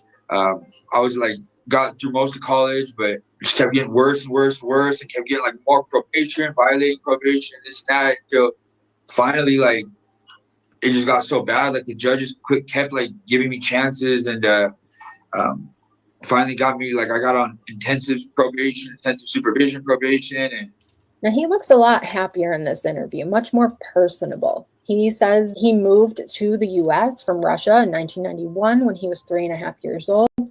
Around middle school age, 6th grade, is when he began experimenting with alcohol before eventually using drugs and getting into all sorts of trouble. He talks about his mother being his biggest support person here, and that it is a Russian thing for the mothers to even lie to the cops to protect their kids. He says she would always get him out of trouble, which enabled him to get into even more trouble as an adult. And I said the same thing about Nichol. I mean, if you never have to face any consequences, real consequences for your actions as a kid, what kind of adult are you going to grow up to be? Right? Gino speaks a lot about loopholes that he found that enabled him to continue to drink and do drugs even while on probation and not get caught. It was always drinking was always my big thing, and then they even put me on those like scram units where like they have an ankle monitor to test you for alcohol, and I would do the craziest things, like you try to put like a piece of bologna in the scram unit just so you like for real, so you can drink and stuff. And like, I heard about. Have you ever heard that? Put a piece of bologna in the scram unit, that thing that you have on you that can tell if you're drinking alcohol. Feed it bologna. It won't know. Yeah. Like all these just crazy like things I would do, man. It's so insane to think about, just so I could get high or drunk. And then I don't know, one time I was on the scram unit. I remember I met somebody and they got me on some harder drugs. Like I got into like, the whole upper scene, got into messing around. Like I was messing around with coke already here and there, but then I got some meth. Ellie, hold on. I see your questions. You're really wanting to know the connection. She's going to get to it. And again, I can probably move forward through Gino Shvedov telling his story. If you want to hear about it, go listen to it on her channel, okay? I feel you. You want to get to the point. I gotcha. Let's see. I don't know when he stops talking, so forgive me. I have to check it out here a little. Street cred is what I gathered. Well, you were all wrong. All right. Yeah, it was like, to me, it was like the most amazing, revolutionary like thing. People are like, dude, what the fuck is wrong with you? You've been in that hole way too long. Like, they're like, you lost your mind. You got out, and I know you work for Hazelbrook. You're not an owner, though, right? Yeah, I mean, I'm pretty much like the owner there. I'm pretty much run the show over there. All right, so you're an entrepreneur, you're a realtor, I'm a realtor too. So Gino gets introduced. A little confusing to me because I think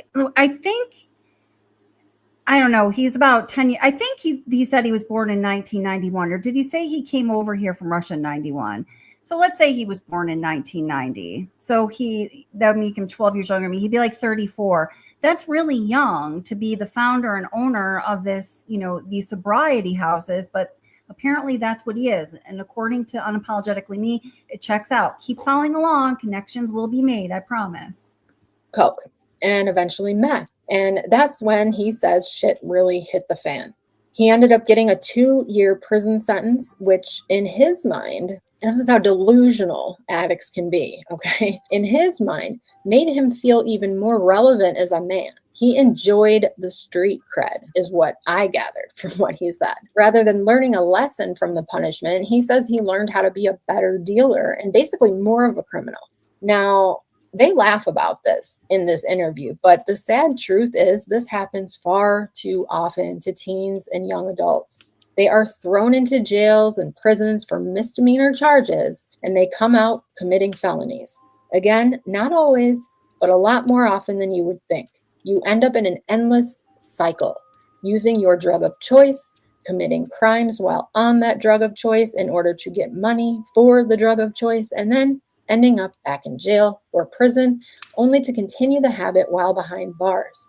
The person ends up getting smarter and learns how to deceive to get what they want. Eventually, their life outside isn't much better than their life behind bars. And that's not just my opinion. That is a fact.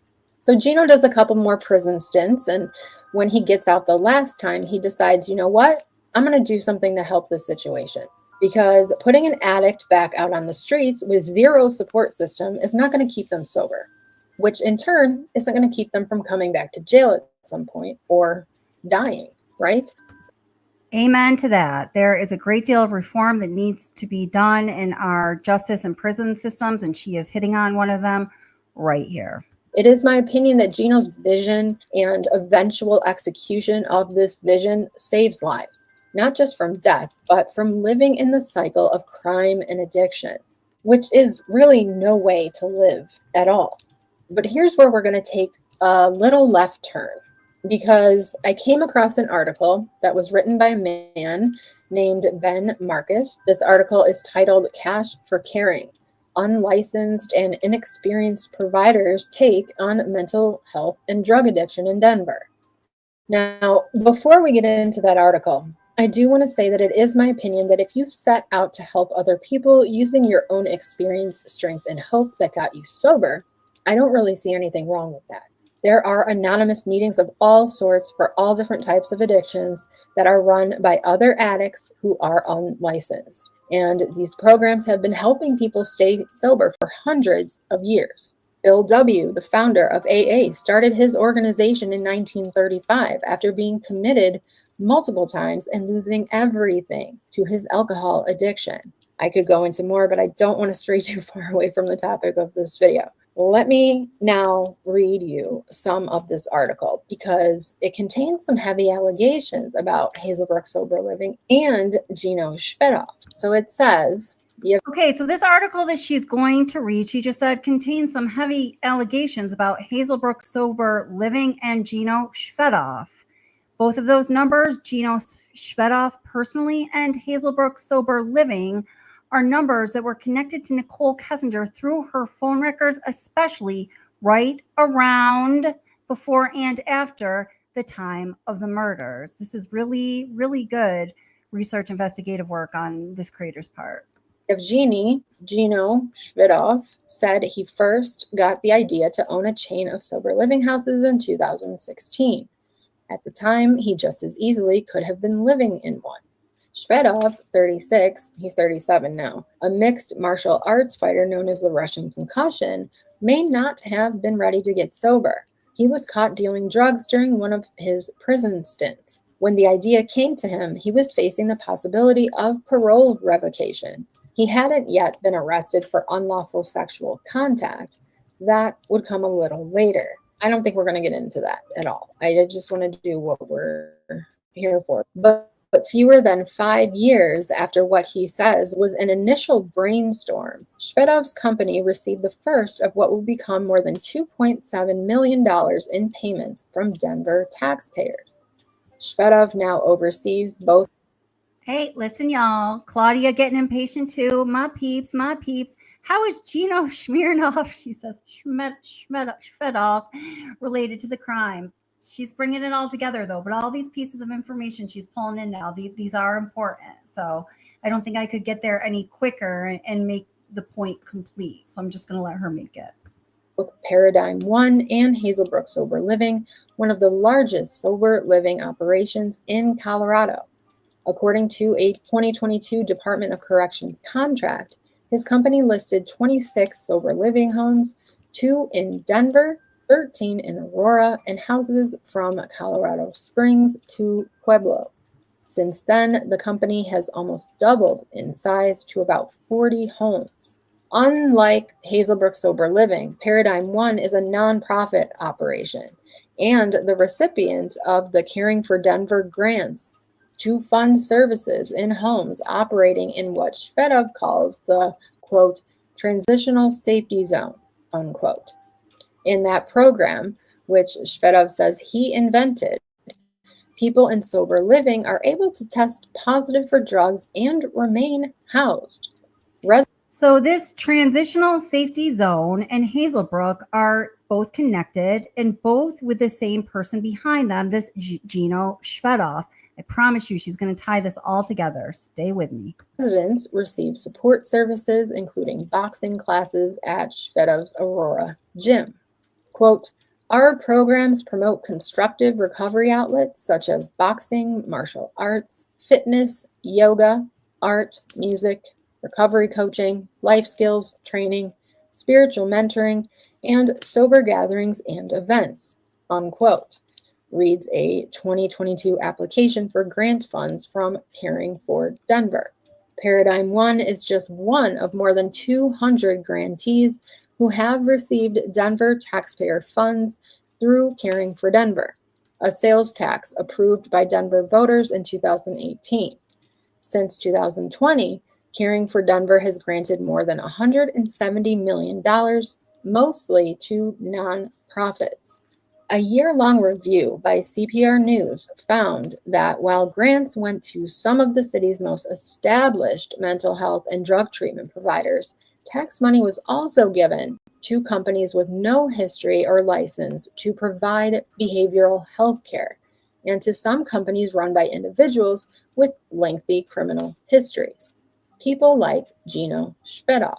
About 6 months after Paradigm One got approval for the first of 3 Caring for Denver grants, its sister company, Hazelbrook Sober Living, purchased a nearly $1 million Denver home in a tidy neighborhood off Hampton, but it is not used for sober living. Shvedov says he and his wife live there. It's unclear how exactly Shvedov is paid. He said that his paychecks come from Hazelbrook Sober Living, not Paradigm One, but in 3 years as executive director of Paradigm One, he reported to the IRS that he worked 40 to 50 hours a week at the nonprofit with $0 in compensation last year. He lists a total of $17,056 in salary from 2021 to 2022. When shown the public tax form, Shvedov couldn't explain why the line for his compensation last year was blank. His wife, Paradigm One's director of operations, Jess Shvedov, signed the 990 tax forms, but couldn't explain why she had no salary listed. Caring for Denver's executive director, Laura Meinhold, told CPR News that Shvedov's accountant made a mistake and would file a corrected form. Shvedov has a long criminal history, including assaults, burglaries, trespassing. In 2007, at 19 years old, he was arrested for first-degree assault for allegedly throwing a brick at a person's face in a suburban neighborhood in Centennial. The victim was, quote, found outside lying on the sidewalk with a brick near his head with multiple fractures to his face. Damn. Now, I think she makes this point in this video, but just in case she doesn't, remember we know that Shvedov and Nichol Kessinger went to the same high school. They graduated the same year. Her phone records indicate that she is connected with him and the organization that he founded and is apparently running, Hazelbrook Sober Living, right before and right after the murders. And at this age of 19, when he's getting in trouble, that's the same age Nichol Kessinger was when she was getting arrested for, well, what was it was like underage intoxication and resisting arrest when the police went to break up their underage party, and she basically told them to F off. So sounds like somebody she could possibly be hanging with. Unquote. A female witness reported to police that Shvedov's mother, Alexandra Shvedov, quote, did try to offer her money not to call the cops, unquote, according to the arrest affidavit. This case was dismissed. About 6 months later, Shvedov broke the jaw of someone whom he claimed stole his CD. The victim said he was blindsided by a powerful punch from Shvedov and that his injury would require surgery. A doctor at University Hospital in Aurora signed a serious bodily injury form for police to put in the case file. And this is a screenshot from that 2007 affidavit for Gino Shvedov's arrest for assault. He also goes by Gene, which I said at the beginning. And this reads, I was expecting to get a ride from my friend Gene. He said he would pick me up at Sonic across from the bus stop I arrived at. I got to Sonic thinking I was going to go home, but as Gene's car approached me, he ran out of the passenger side and rushed me with a powerful left fist right to my jaw, and my whole mouth felt like jello. I was full of blood at the mouth and had a horrific pain and called the police. I later arrived at the hospital and I had to get several x-rays and CAT scans to confirm that Gene had broken my jaw. Arrests and convictions followed for assault, a domestic violence protection order violation, trespassing, and drug distribution. Shvedov racked up 14 violations in prison for violence. Now, this is the same guy who is connected to Nichol Kessinger through her phone records, who is apparently the founder and owner of Hazelbrook Sober Living. Does this sound congruent? No, it doesn't. Also, Hazelbrook Sober Living is connected to Nichol Kessinger through her phone records. And once again, mostly, especially right before and after the murders of Shanann, Bella Celeste, and unborn baby Nico.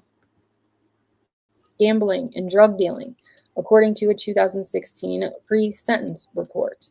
In 2017, he was on parole when he was arrested for a misdemeanor for sexual contact, no consent, against a woman in Denver who also works in the sober living industry.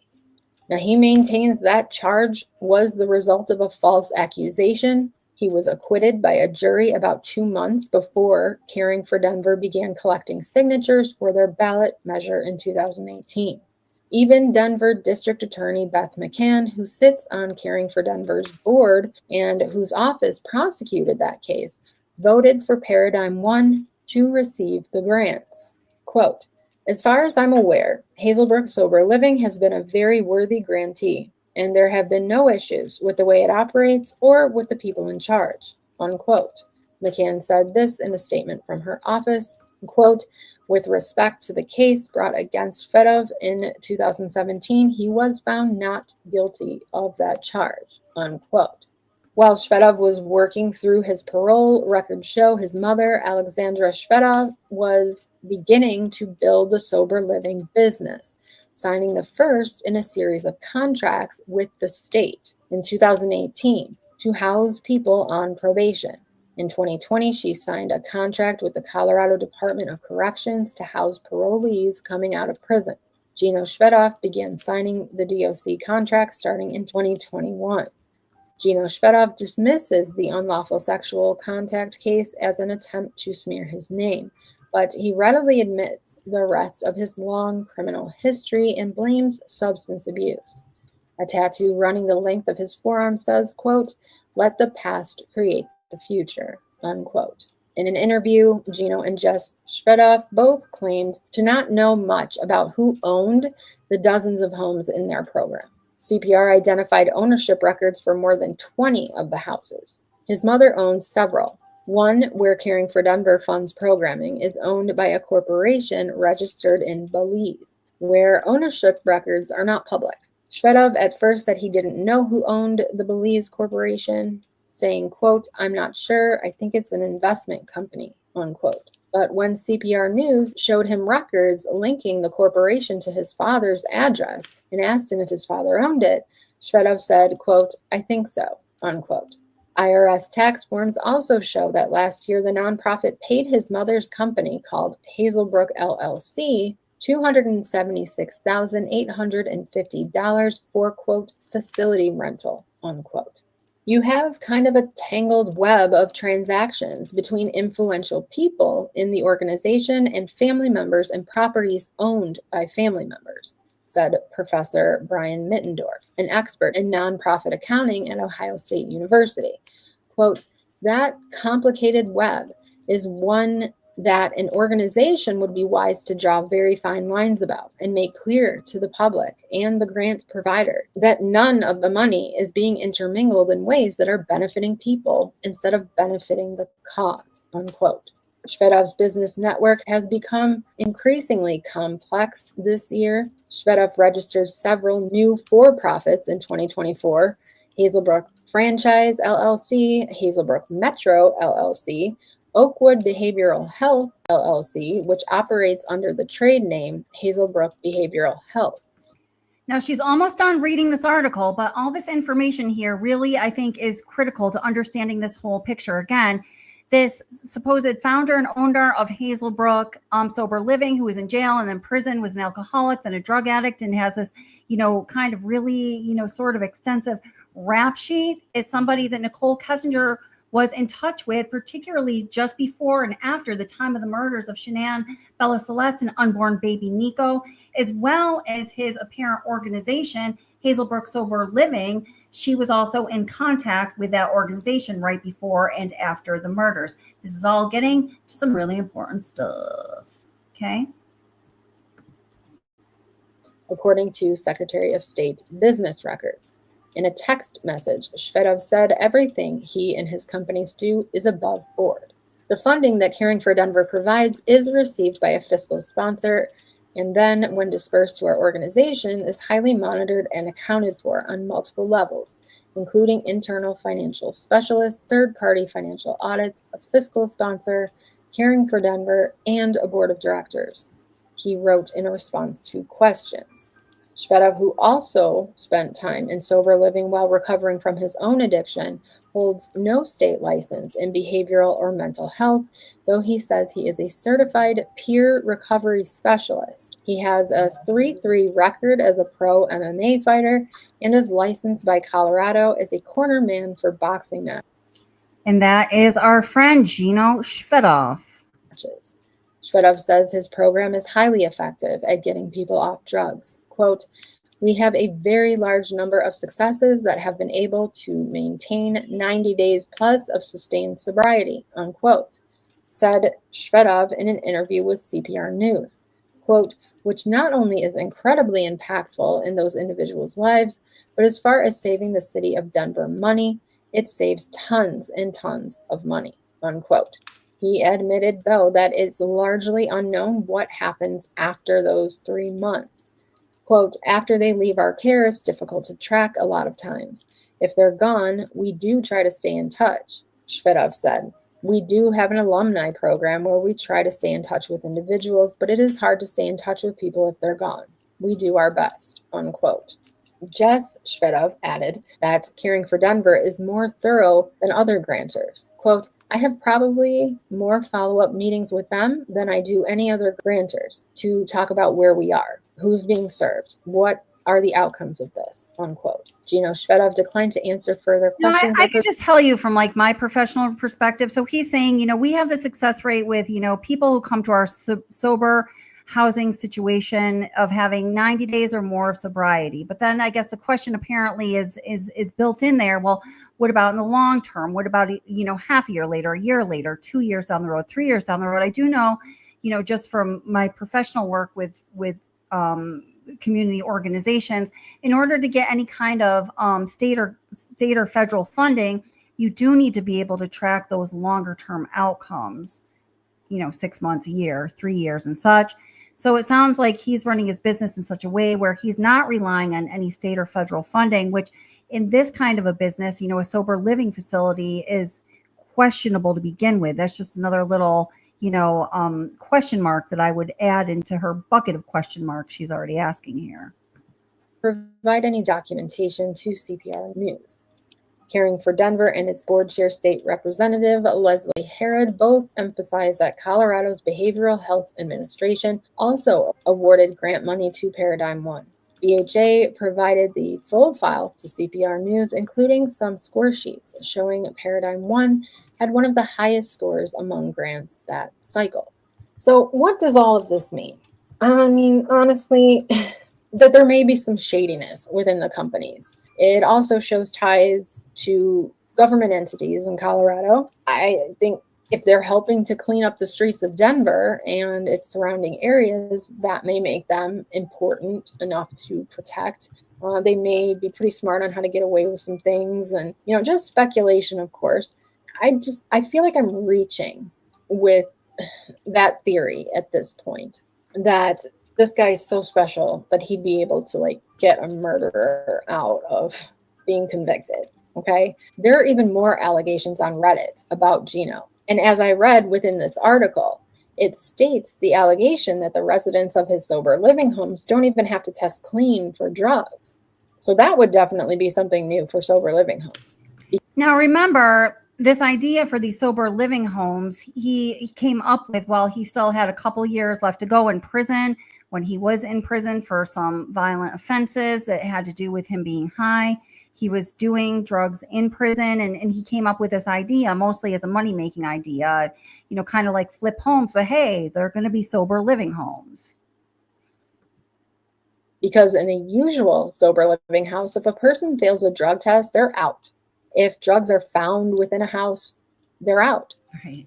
It begs the question of, are these really sober living homes or drug dens used to deal out of and house the dealers? I mean, maybe some are and others aren't. Who knows? But Gino most definitely has connections to substances by way of his residence, if not his own history with substance use and dealing substances, both in and out of prison. So what does this have to do with the Watts case?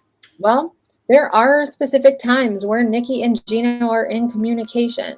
As you can see here on Monday, July 30th, 2018, there's a call to Chris Watts at 4:43 p.m. where Nikki leaves a voicemail. Then Chris calls her right back and they talk for 8 minutes. Immediately after that call with Chris ends, Nikki calls Gino and they... Okay, so Gino's number is this number here.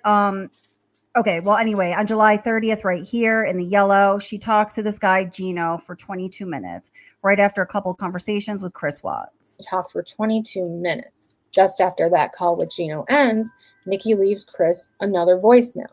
2 minutes later, Chris calls back and they speak for 39 minutes. Now, bear in mind, this is the day before Chris would leave for North Carolina to be with his family. The day before Chris would leave for North Carolina to be with his family. And what happened the first day he was in North Carolina with his family? Was it that night when Shanann Watts got sick? We have also seen evidence that Shanann got extremely sick after Chris showed up to North Carolina. According to Shanann, she had felt a migraine coming on, and Chris gave her what she thought was an over-the-counter pain tablet, but Chris says that it was an 80-milligram tablet of OxyContin.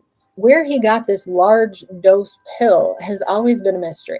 Chris even said that was one of the things that he will take to his grave, specifically where he got the oxy he used to attempt to cause Shanann to have a miscarriage in North Carolina. We have heard Frankie say that he found it strange in hindsight that Shanann got extremely ill after Chris arrived. He also said it was strange that Chris never got up to take care of Shanann when she was violently ill in the bathroom all night long. This is one of those things that we're never going to be able to prove happened 100%. But I do believe Chris when he says he did this, because I don't really understand why he would bring it up if he didn't do it, you know? Oh, trust me, honey, he did it. There's a lot more evidence along those lines. There would be no reason for him to bring this up at all. It's also my opinion that that prescription was not one of Shanann's old prescriptions from surgery or any other reason. 80 milligrams is an extremely high dose of oxycodone. The OxyContin in particular is an extended release form of oxycodone meant for people with severe pain, such as the type of pain you would experience in the end stages of cancer.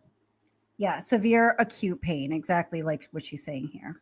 So knowing what I know now, after researching Gino and all this stuff, it is my opinion that both Chris and Nikki did try to get Oxy some other way first, I think. I don't know, but that's what I think. We have Chris making a Google search for oxycodone on Wednesday, July 18th, 2018.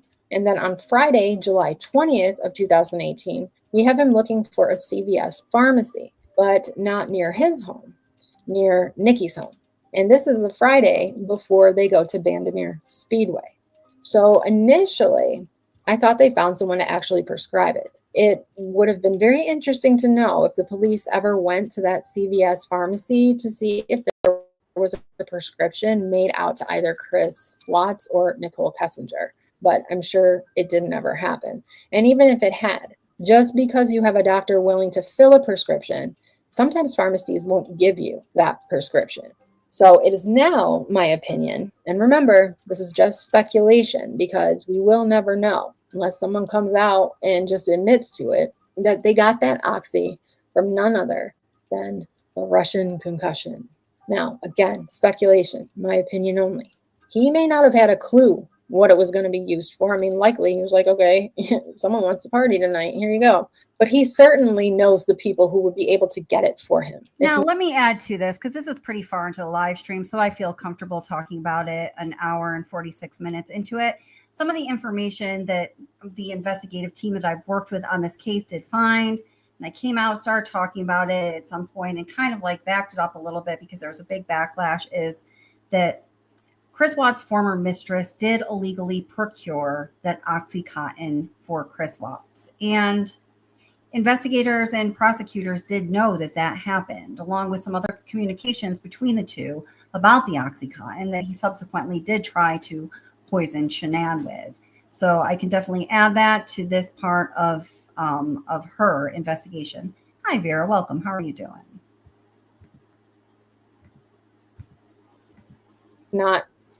He certainly is in the area of expertise to be able to get something like that.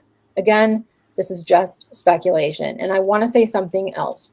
Please, please, please do not go find this man online or anywhere else and show him any hate or harass him or his family in any way. I also encourage you to do your own research on this matter and form your own opinion on what to believe. Now, there are other people that we're going to get to that Nikki was in communication with that, in my opinion, just isn't. Vero and everybody else, the creator of this channel, Ivy of Unapologetically Me, is going to be a guest on this channel, What's the Obsession, 2 Fridays from now. So that'll be August 15th around 9 o'clock. So definitely tune in for that. Adding up to me. But for now, we're only looking at this one person. All right, moving on. So the next time we see communication between Nikki and Gino is on Saturday, August 4th, 2018. 7:34 a.m., Nikki calls her dad. They talk for 26 minutes. 8:36 a.m., Nikki calls Gino, and they have a quick 2-minute conversation. 9:06 a.m., Nikki calls Jim, and then her dad a couple of times in the early afternoon, and then Jim a few more times that evening until Chris calls her at 8:49 p.m., and then Jim calls one more time right before midnight for a quick 2-minute call. So his call is in between her dad, right? Saturday, August 4th is also the day Nikki spent over 2 hours searching for wedding dresses. She also, according to her search history, looked up the Facebook accounts for not only Chris Watts, but Shanann Watts as well. And I have already said several times throughout this series that Shanann Watts' Facebook account was public. So if you looked up Shanann Watts, likely her Facebook page would come up. And when you clicked on it, you would be able to see everything. It is my opinion that Nikki wanted to see. And also, more so, I want to hear what she concludes here, but why she's having an awful lot of communication with this Gino Shvedov, owner and founder of Hazelbrook Sober Living, with a gigantic rap and addiction sheet. Shanann was posting while they were in North Carolina to see if they were behaving as a happy family. But again, that's just my opinion. One of the things that Nikki would have seen had she clicked on Shanann Watts' Facebook on Saturday, August 4th, was a live stream that Shanann had posted to her Facebook of everyone in Myrtle Beach, South Carolina. Hey everybody, so this is the girls' first time to the beach. And they're running from the ocean. Warm up period. Fifi wants to go, but she wants Bella to go with her. Come on girls.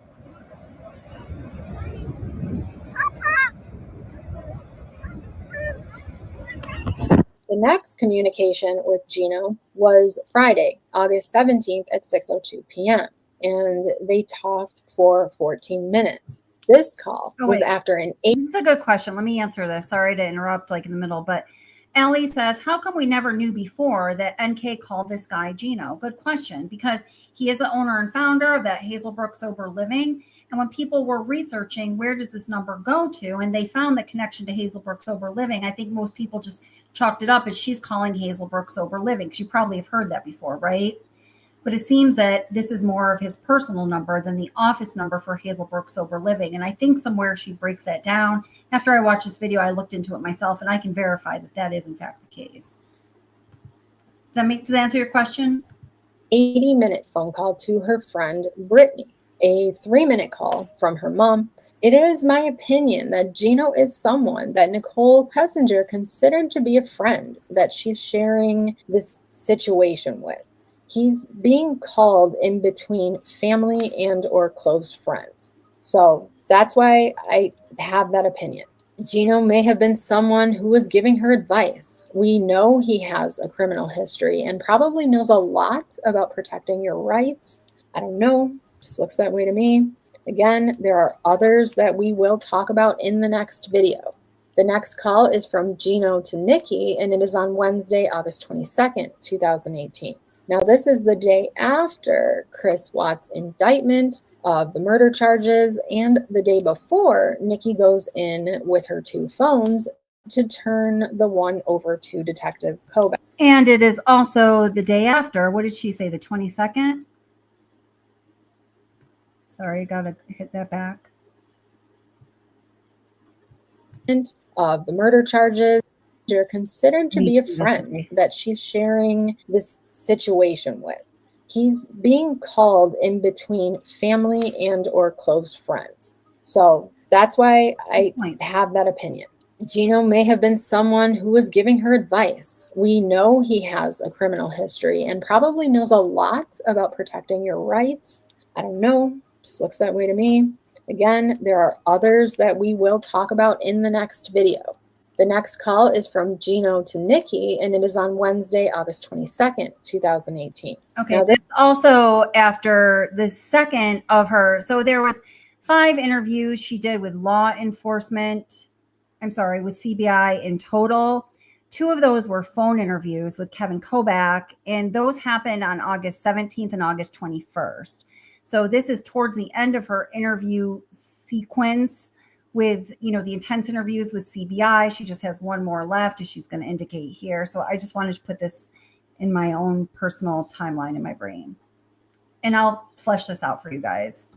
This is the day after Chris Watts' indictment of the murder charges and the day before Nikki goes in with her 2 phones to turn the one over to Detective Kobach. And if you notice here, Gino calls Nikki at 10 a.m. for maybe 13 minutes, and then the very next call Nikki gets is from Detective Kobach. Coincidence? Maybe. This call with Detective Kobach is not recorded, along with 2 of the 3 calls from Detective. I knew she was going to say that. So in addition to those 2 big phone calls with Detective Kobach that were recorded on the 17th and the 21st, there were also 3 or 4, maybe she's going to say it right here, shorter phone calls that were not recorded. And that is one of my big projects I have cooking in the background that's almost ready to pop. So stay tuned for that. Detective Kobach the day before on the 21st of August. After this brief 7-minute call with Detective Kobach, Nikki calls her dad, likely not getting an answer. Her dad calls her back at 2:02 p.m. and they talk for 18 minutes. And then at 2:33 p.m., Detective Kobach calls Nikki for another unrecorded chat that lasts 10 minutes. Then Sunday, August 26th, 2018, Gino calls Nikki for 7 minutes. Now, I want to point out there are only 5 phone calls on Nikki's call log for August 26, 2018. And they are incoming calls from her dad and Gino and 2 outgoing calls to her sister. That's it. Again, it is making me think that Gino is a friend of hers and has been for quite some time now.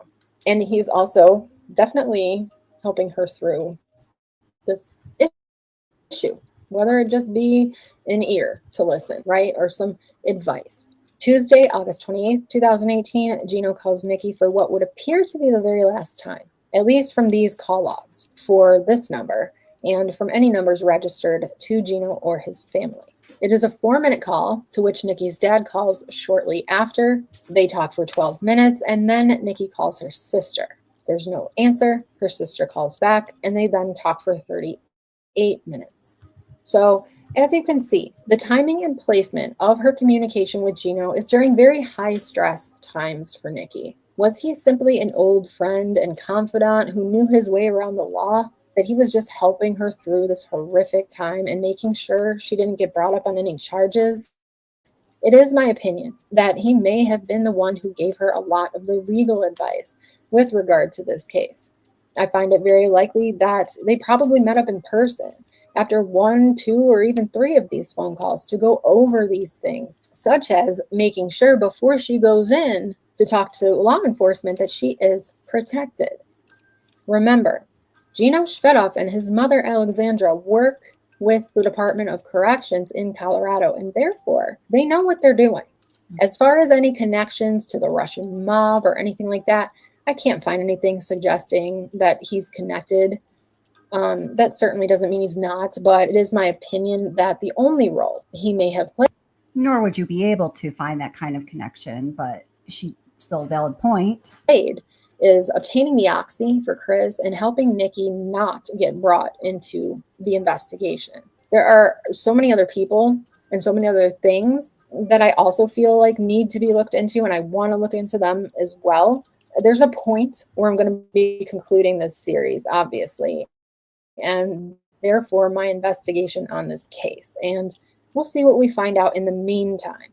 But as of right now, I'm going to say that it is my opinion that Gino Shvedov did not play a role in any crime other than maybe selling the oxy. Again, if he just gave it to Nikki and she gave it to Chris, there really is no crime committed by Gino himself. Chris is the one who claimed to have drugged Shanann with the oxy, so he would be the one responsible for that crime regardless. And he won't say where he got it. And I'm not about to put a man on blast for committing a crime simply because he appears to be tightly tied to Nichol Kessinger and has a criminal history. The possible embezzling and or racketeering that may or may not be going on with regard to his business endeavors is not murder, though it would portray a criminal mind at work. It certainly would appear that if any of what he is being alleged of is true, that he feels he is above the law. And we already have witnessed Nikki showing those same signs of being above the law as well. Could it be through her connection with Gino Shvedov? There are still so many people commenting, even after all of these years, that Nikki's father was a cop. That is untrue. That is false information. Dwayne Kessinger is an engineer, a very established engineer. He is not. I made a video on that too, and he is. He's not connected to law enforcement anyway. Timeless Mysteries, welcome in, says, what was that about the Russian mob? Oh, man. So this all has to do with connections that Nichol Kessinger had by virtue of us, having her phone bill just before and after the murders, and well, throughout the entire time that we can see that we have records of her phone bill. So this person, Gino Shvedov, who is the owner and founder of this Hazelbrook Sober Living, is someone she was highly in touch with right before and after the murders. And he is from Russia. His family immigrated from Russia when he was 3.5 years old, and he has a very spotty criminal history. And you'll have to go back and watch the rest, or go check out this video on Unapologetically Me's channel. a cop, nor was he ever. What his ties are exactly, I don't know. I've not specifically looked into him that deeply yet, but what I can say is the digging that I have done on Dwayne Kessinger has not come up with any links to law enforcement at all. No. That doesn't mean he doesn't have a friend that's a cop. I just can't find any links to anyone with regard to this I fully agree with her take on Dwayne Kessinger, by the way. case. Of course, like I said, that doesn't mean it doesn't exist. It just means I can't find it. But I do know for a fact he is not a cop. He never was a cop. And that is a fact. And I mentioned in a prior video that he was responsible for engineering portable respirators to be used during the pandemic, which may or may not have given him credibility within the Denver community. I mean, which you may or may not know that some of you pointed out to me when I made this video, some of these respirators like largely failed people who are relying on them to save their lives. But that's a whole different topic. And we're so sorry for people whose lives were taken by COVID, my father included. It's horrible. It's without a doubt that these respirators saved lives that would have been lost due to the shortage of respirators during the height of the pandemic. As for Gino, I also believe that in the eyes of Denver, Colorado, he is helping his community. And I think that goes a long way when it comes to respect from law enforcement in the area, as well as the Department of Corrections. But one more thing I feel I need to bring up before I leave you today. Just think of it as something to chew on and look into. Listen, I'm just going to play the rest of this out since we followed her so far in this journey. And I think she did a really great job. I think out of respect, let's let her complete the thought on this. And again, she's going to be my guest on this channel 2 Fridays from now, August 15th. So tune in for that. For yourselves between this video and the next one. There are some Reddit posts that strongly allege Gino may have had more to do with this case. Allegations that somewhat make sense, especially after learning what I learned in researching for this video that I just shared with you. According to this particular Reddit poster, the reason the discovery was redacted was to protect a third party. Now, I would automatically think the third party is Nichol Kessinger, right? We already know she came in for questioning as a protected witness, right? This poster has the opinion that the third party is Gino Shvedov. This opinion, from what I gather within the post, which you can pause to read in full, is because the phone records from July 14th through August 13th were redacted from the discovery. But as I have just shown you, Gino is still making calls to Nikki through the entire month of August, which means most of the communication between Nikki and Gino is after the murders and within the phone log that's still listed in discovery, the non-redacted call log. I just needed to add that in here because it didn't make sense the way I originally said it. I just want to make sure that you guys know that the redacted call logs were July 14th through August 13th, which is the day of the murders. The phone logs that are in there now are August 14th through September.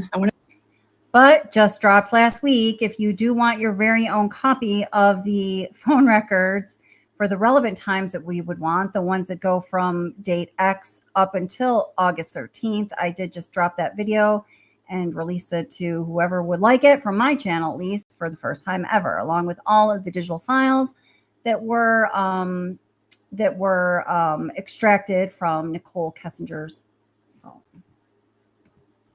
I'm going to say September 14th or 13th. So most of the communication between Nikki and Gino happened in the call logs that we do still have. So that analogy doesn't really make sense, especially because the calls are from the same number. There's only one time that it's a different number and, they're both linked to him. But put a pin in that because we will circle back to it after going through more of the people that I've been hinting about this whole video. But the next thing this Redditor talks about is Gino being an MMA champion of the, quote, rear naked choke, unquote. Now, I already showed you Gino's stats at the beginning of this video, and taking a closer look back at those stats, you will in fact see that Gino had a win by using the rear naked choke hold. So what is this rear naked choke move exactly? Well, this is what I found when I searched the internet for it. The rear naked choke is a chokehold in martial arts applied from an opponent's back. The choke has two variations. In one version, the attacker's arm encircles the opponent's neck and then grabs their own biceps or shoulder on the other arm. In the second version, the attacker clasps their hands together instead after encircling the opponent's neck. Two recent studies have shown that the rear naked choke takes an average of 8.9 seconds to render an opponent unconscious, regardless of the grip that is used. That was from Wikipedia. And then there's this info that I found.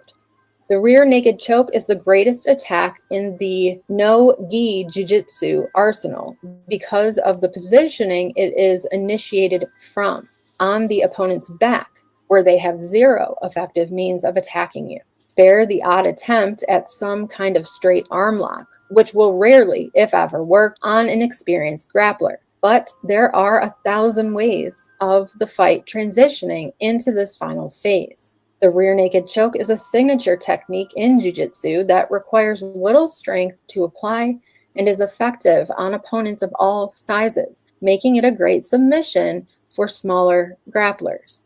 As is the case with all effective submissions, the rear naked choke creates an anatomical mismatch. Specifically, it pits one person's arms against another person's neck. However, as opposed to other parts of the body, the neck is uniquely vulnerable to attack. An opponent can, for example, resist an armbar attempt by gripping his hands together and using strength to fight the attack. A rear naked choke, however, offers no such options. Once a rear naked choke is fully locked in, there is virtually no way to defend it. In addition to the rear naked choke's unique anatomical characteristics, its effectiveness stems from the position from which it is applied. Specifically, the rear naked choke is applied from the back mount, which is widely considered the strongest position due to the advantages it confers upon the person who attains it. This primary advantage of the back mount is that the person trapped in this position can't see his or her opponent.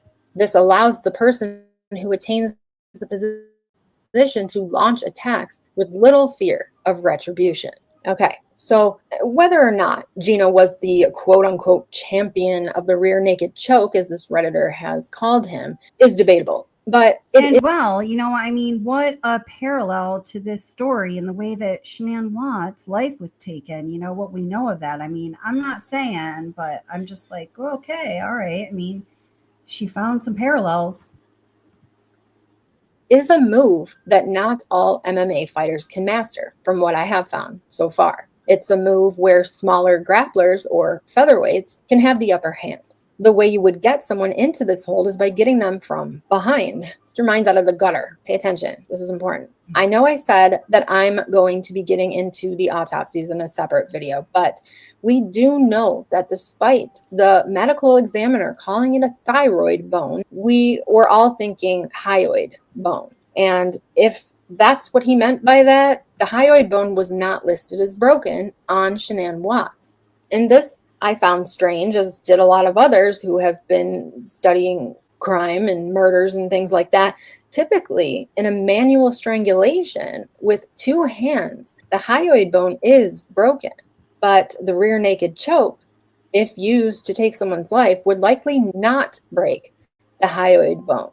And this is because it's done by applying pressure to the carotid artery in the neck, as opposed to squeezing the throat. Why is this the most popular and most effective choke in Brazilian Jiu-Jitsu? Well, my 9-year-old daughter, with her little skinny arms, can come behind a grown man like Cam, put the choke in, and choke him unconscious. And the reason is because we have two arteries called the carotid arteries, right here and right here, and that's what brings blood up to the brain to keep us functioning and alive and awake. You cut these two out. So if I take my hands right now and I just cut these two out, and now the blood stops going up into the brain, and I hold it long enough.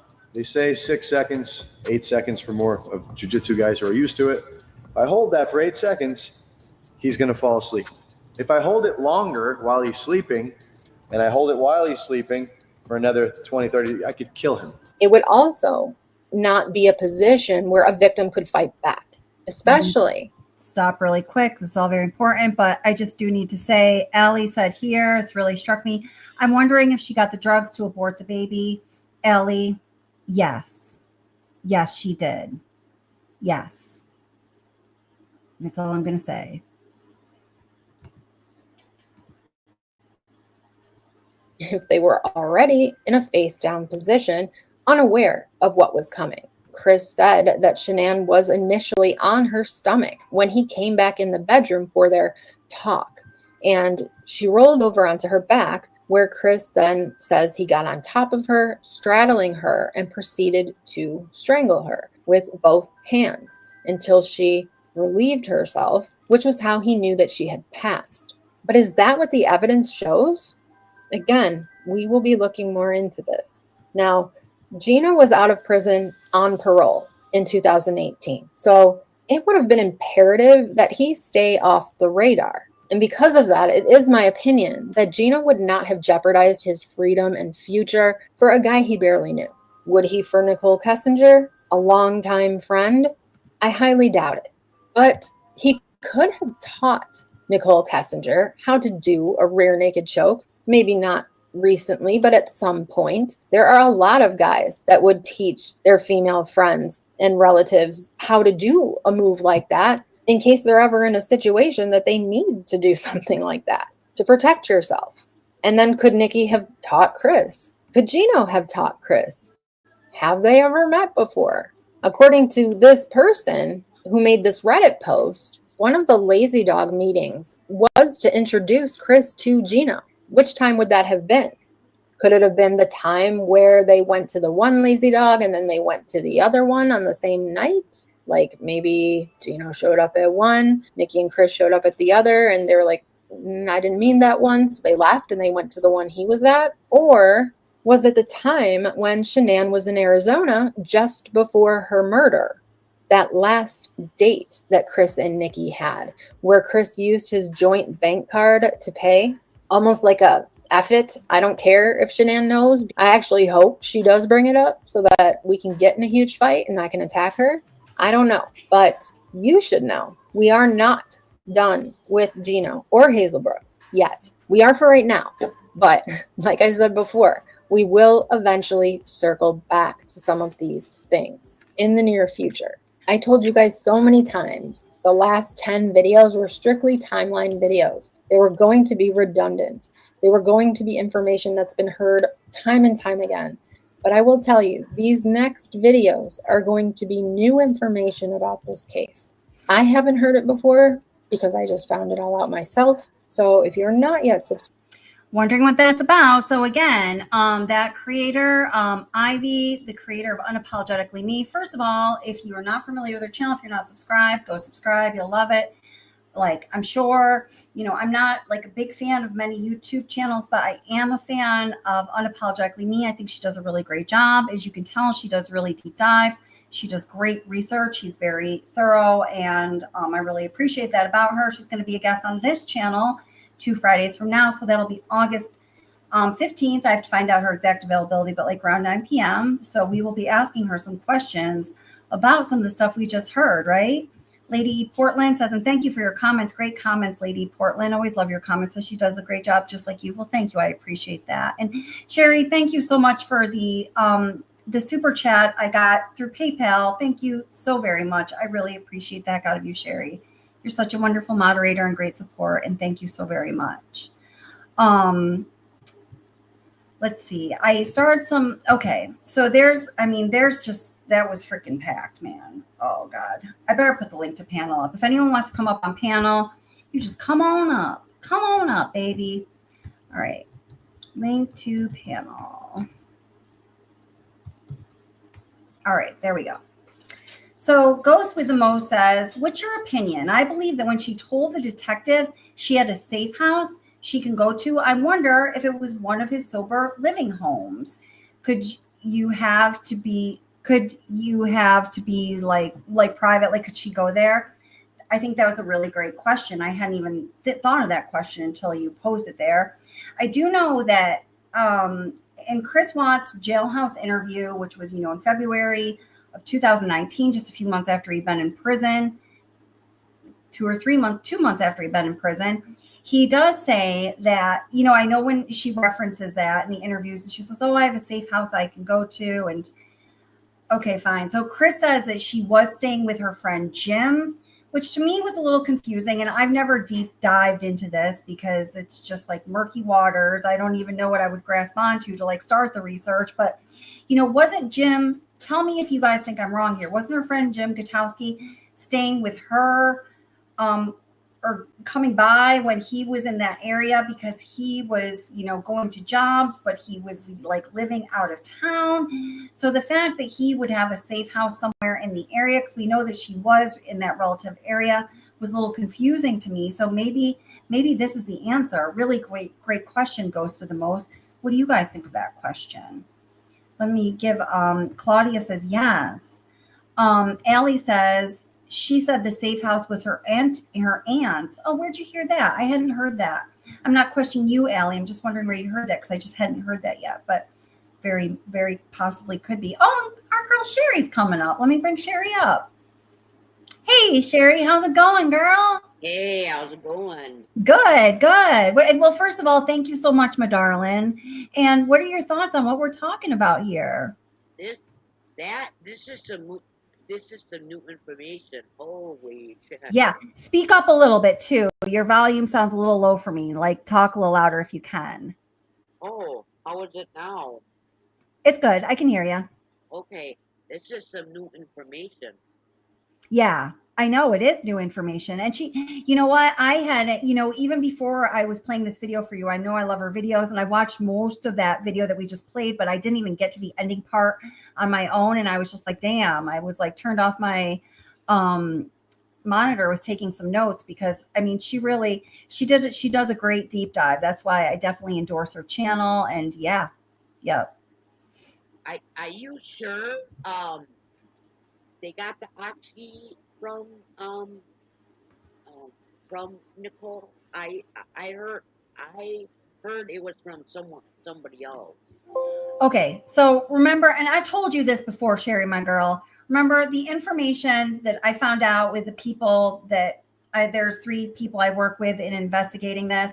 The information that we came out with that I backed off of telling everybody because I got like a little nervous about it was that Chris Watts' former mistress did illegally procure the OxyContin for Chris Watts, and it had an intention behind it, and it had to do with her displeasure in the fact that Shanann was pregnant and that Shanann was going to have yet another of Chris's children.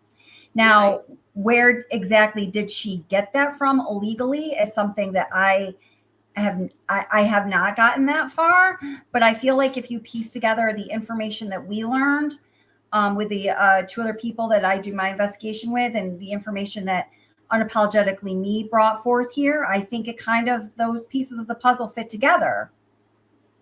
I have other information, but I don't know if I can share it. Oh, really? Yeah. I got it from another channel. Okay. Well, it's up to you. I heard he told me it was from Chris's sister. No. Okay. I can't hear you. I didn't hit my mic there. It was not from Chris's sister. No, I know. Okay. That is something that I'm glad you brought it up though, because that's something that people have speculated about for a long time, but it was not Chris's sister. Well, okay, let me say this.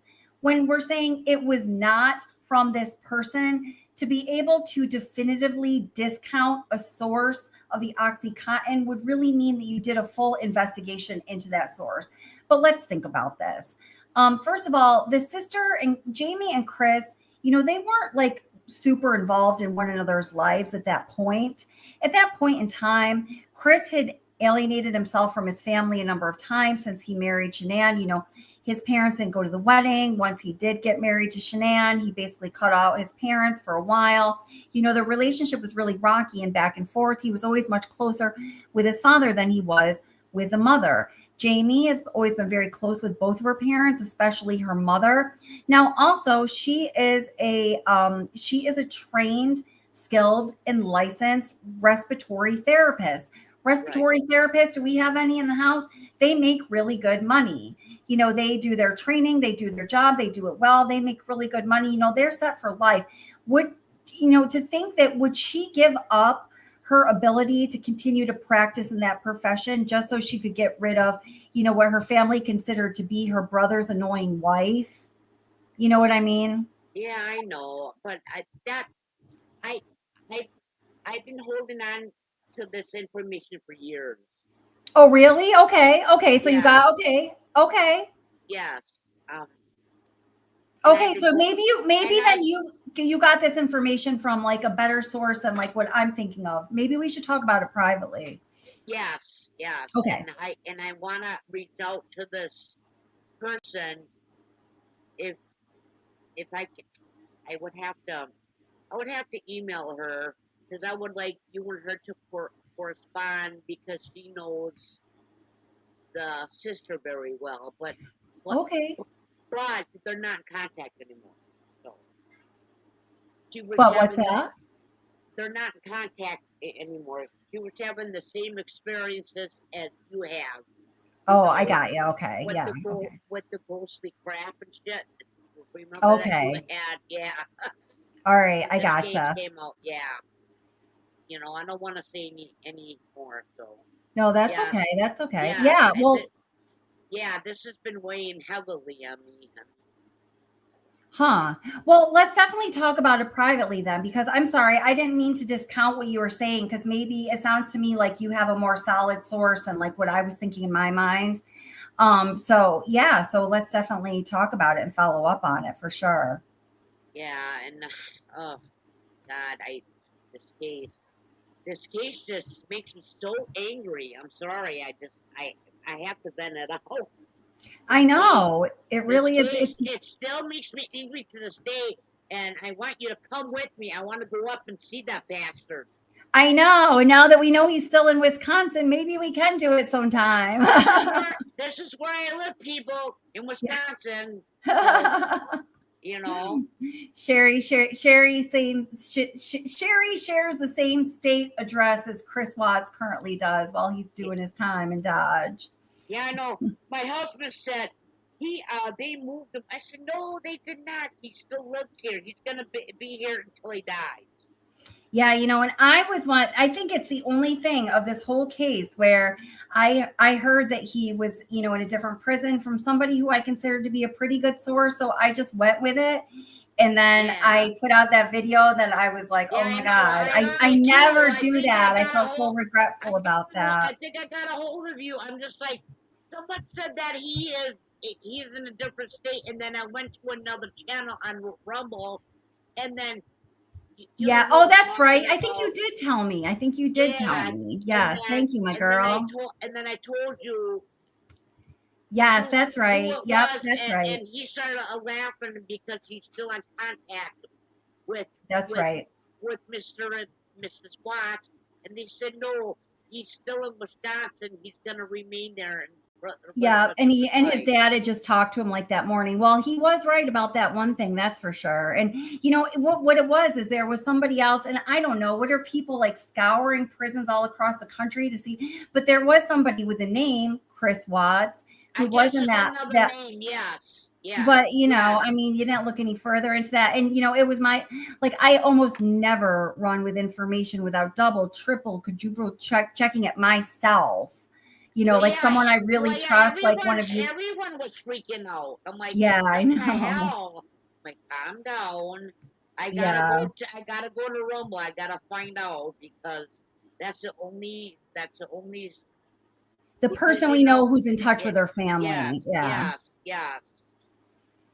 and then Cindy and Ronnie had a heart attack, from what I heard. Yeah, that Ronnie had a heart attack. Yeah, I heard he's doing better, and we pray he is. A poor man. Yes, and Cindy was sick or something like that, and I prayed for her. And yeah, they've been through so much. Yeah, they've been through so much. And Sandy, I don't know. I've been on her cooking channel, and I just wished her. I hope she's doing well. And yes. If there's anyone, go ahead, honey. No, Go ahead.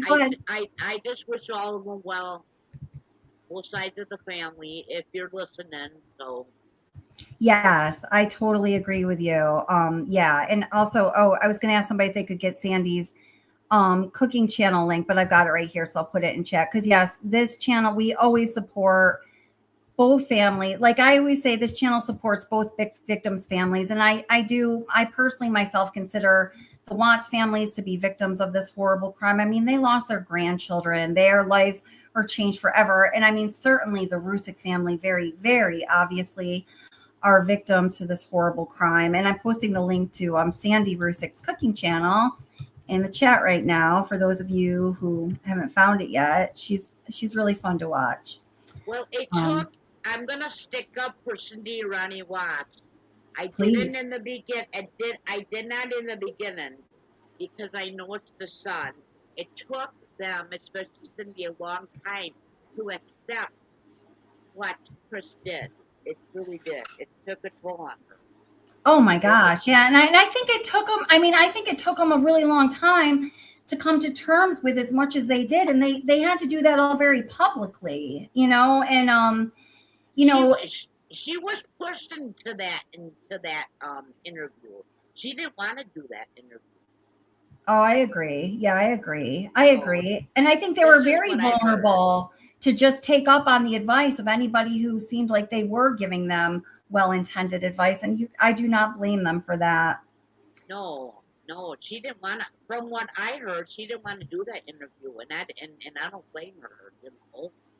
Yeah. I mean, if my son or daughter did anything like that, yeah, I discussed that with my husband. I said, you don't know how you would react. I mean, I would be devastated too. Yeah. And I think ultimately what she wanted, and I think the only thing that she wanted was to feel a sense of inner peace and solace and to come to terms with this whole horrible reality that was now hers to kind of wrestle with. And she didn't know like what means to go through to get there. And she just was and is trying her best. And you can't blame a person for doing that, And I'm just gonna say, just give them grace. It took Cindy and Ronnie, especially Cindy, a while to accept what her son did to Cheyenne and her grandchildren. It really did. I don't know if from what I heard, she came to terms. I don't know if she still.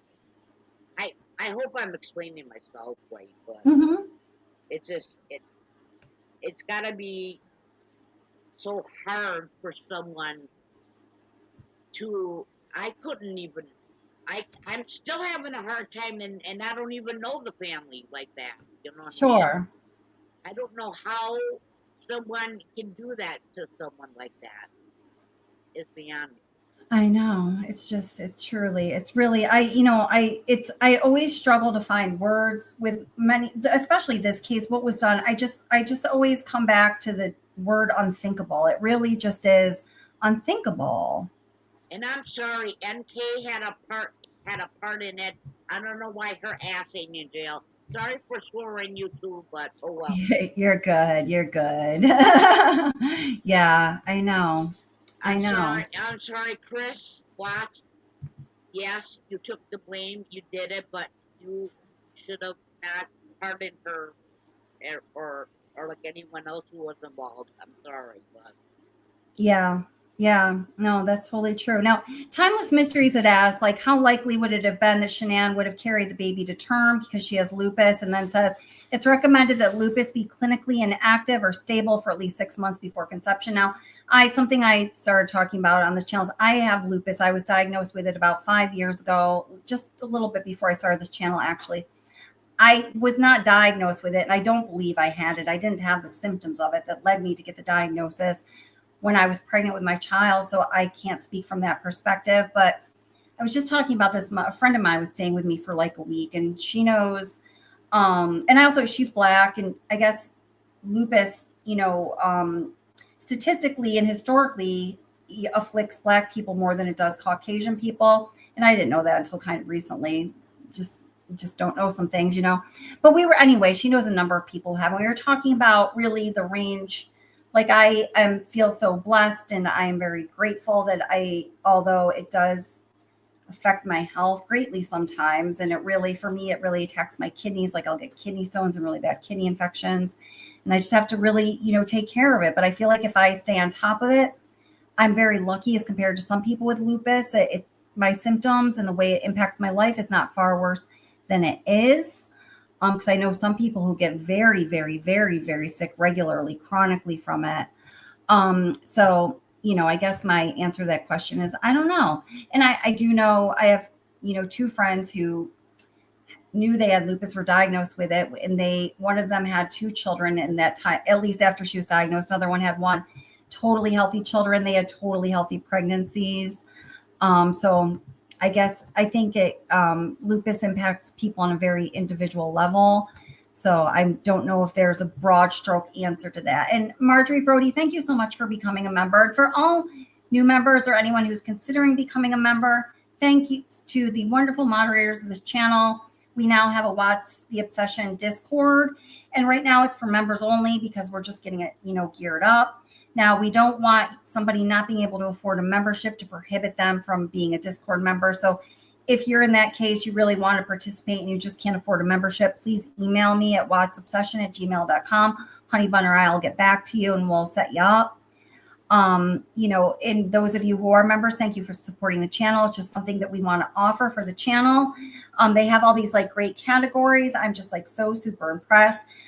Cuff You, I think kind of started this whole mission to start a Discord channel, and she's done so great. And Suspicious and Pepper and Honey Bun have all helped out with it. So we have this whole great, I don't know if you can see, Discord thing going on now, all these different topics, and it's really awesome. So it's a way for us to be interactive, and how good I am with email everybody.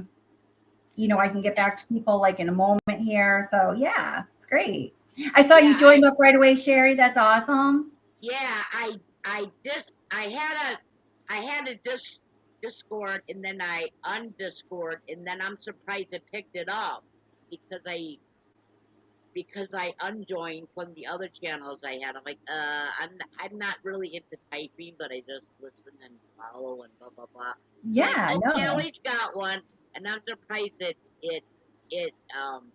accepted me on my other email because it wouldn't do it for the other channel. I'm like, oh, okay. I'm like, oh, I'll try it. And all of a sudden it picked it up. I'm like, oh, good. Okay, good. So, and this is there's this one. So I don't know who's Timmy here. So there's someone named Timmy. Kelly, what's the obsession? Oh, wait a minute, guys. I'm having a conversation. Is Kelly from What's the Obsession with somebody named Timmy, and it's not me. Moderators, we have to look into this. It says Kelly Watts the Obsession, but my name is, but we'll have to look into this. Somebody is spoofing me on my own site, apparently. Okay, we'll get back to that. We're going to work out the kinks, y'all. It could be a troll. I don't know. Yeah, I'm sure that's what it is. So, sorry about that. I just had to process it. I was going to read you something, but then I was like, wait a minute, this isn't what okay. Yikes. So, okay. And then now Ghost with the Most also said at some point, now we're going back to when, the creator of Unapologetically Me was talking about that MMA hold. Yeah. Oh, yeah, man. Yeah. What do you think about that? That is the bomb, because I never knew the choke. He's saying about choking the bed. I'm like, no, choking.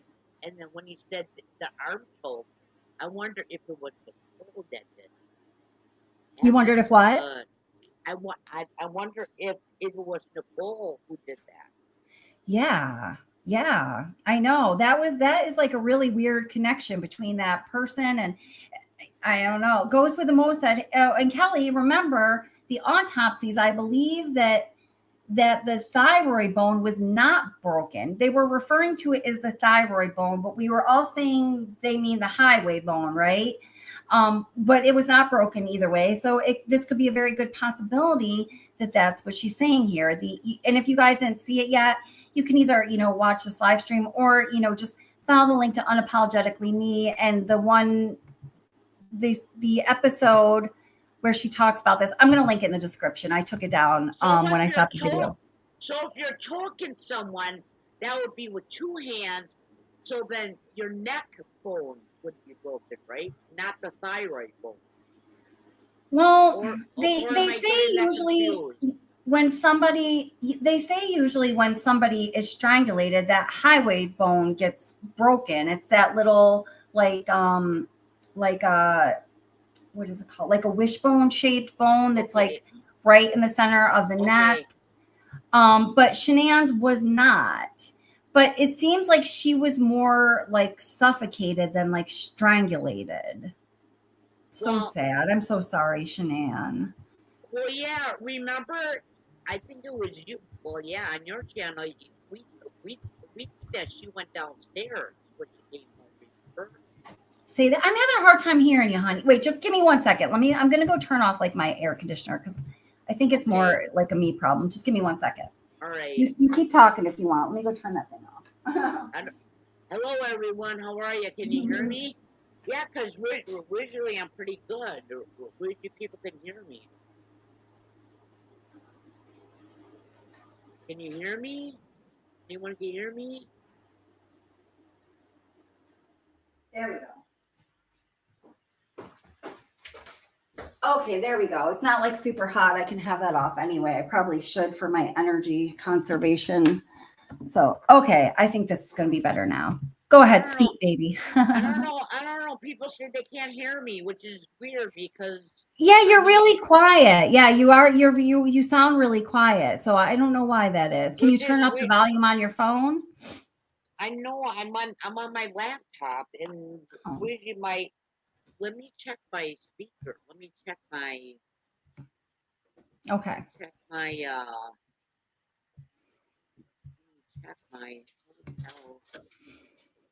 Yeah, I'm sorry, guys. I didn't realize you were. I thought it was just me, or I would have tried to fix that a little bit better. Let's see.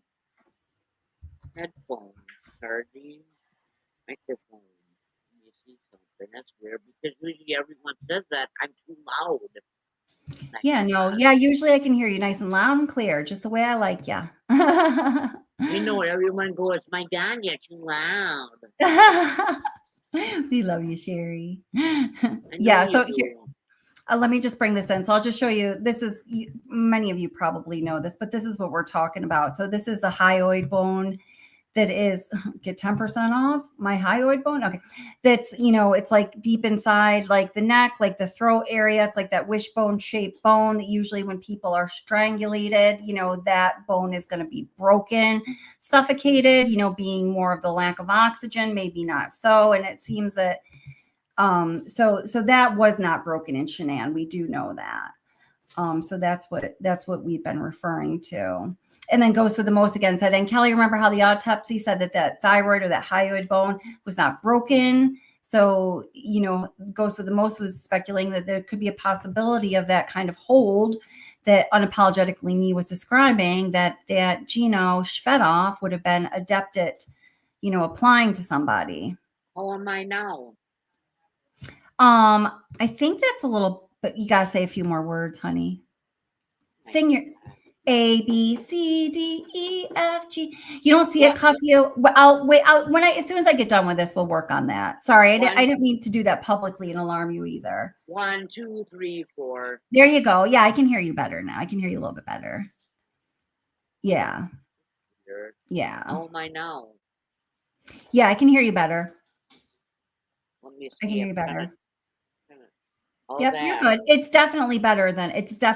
You were really quiet. I was having to lean into my computer to hear you. All right, how is that now? I kind of turned it up on my mic. Nope, that's good. It's a lot better, actually. Can you guys hear Sherry better too? And Claudia Salas says, like Kelly, like Madeline Soto, sweet little girl, her bone was broken. Yes, like just like that. Yeah. Okay. Yeah. Can the audience hear me? They're saying no. Oh, no, I guess, no, I don't, I guess it's not better. It sounds a little better for me, but I don't know. You know what? I'm going to be wrapping up pretty soon, though. Anyway, honey, because we're like 2.5 hours in. Mama be tired. I'm always tired. Yeah, Cuffy says she's still having a hard time hearing you, hon. And bye, Timeless Mysteries. Thank you for stopping by. Everyone, check out Timeless Mysteries channel as well. Hey, Veronica, a joke star. How are you doing? Can you turn my mic up on your end? I can't. No, I was already trying to mess around with it. I have your volume is like optimized on my end, which really doesn't do too much. It just brings you in the best I can. Let me see. Let me try. Let me just try one more thing. The host has unmuted you. Okay. Yeah, because I was just messing around with it. So yeah. Weird. Because this is a good ass thing.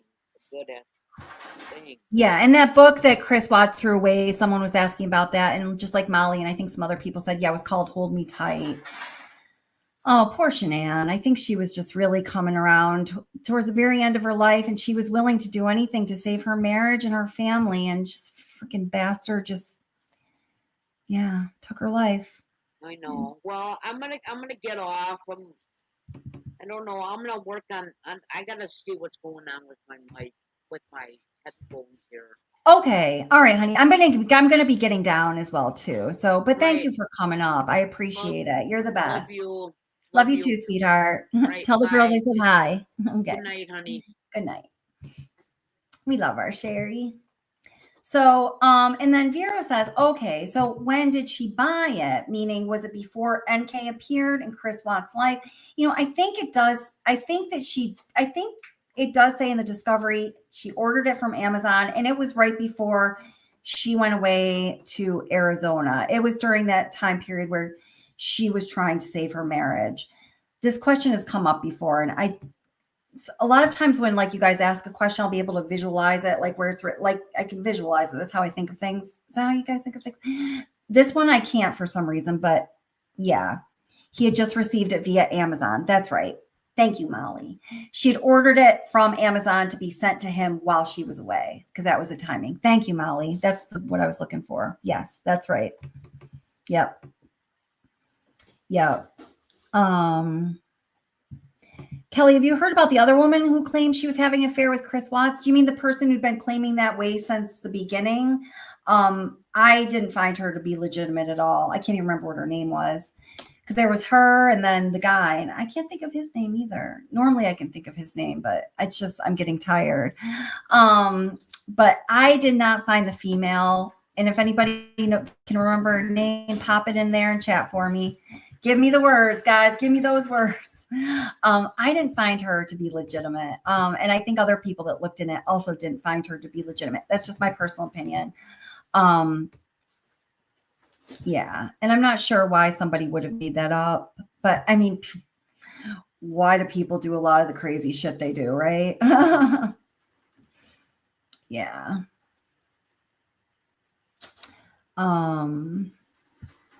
Marjorie Brody says, this comment just caught my eye. I'm going to read it. Poor Shanann, that final letter she wrote to Chris. You know, I actually have never even done a video or any content on that letter, because when I read it, I just feel like it's so personal and intimate to Shanann. Like her heart was really in it. Like, I just want to let it be. Those are Shanann's words. I really feel her heart in it. And I don't want to say anything to exploit it, but it really touched me too. So she says that final letter she wrote to Chris, it actually could have been a turning point. I agree. Chris asserts himself and Shanann adapts. Totally. Instead, it devolved into the worst possible way. So well said, Marjorie. I couldn't possibly agree with you more about that. Yeah.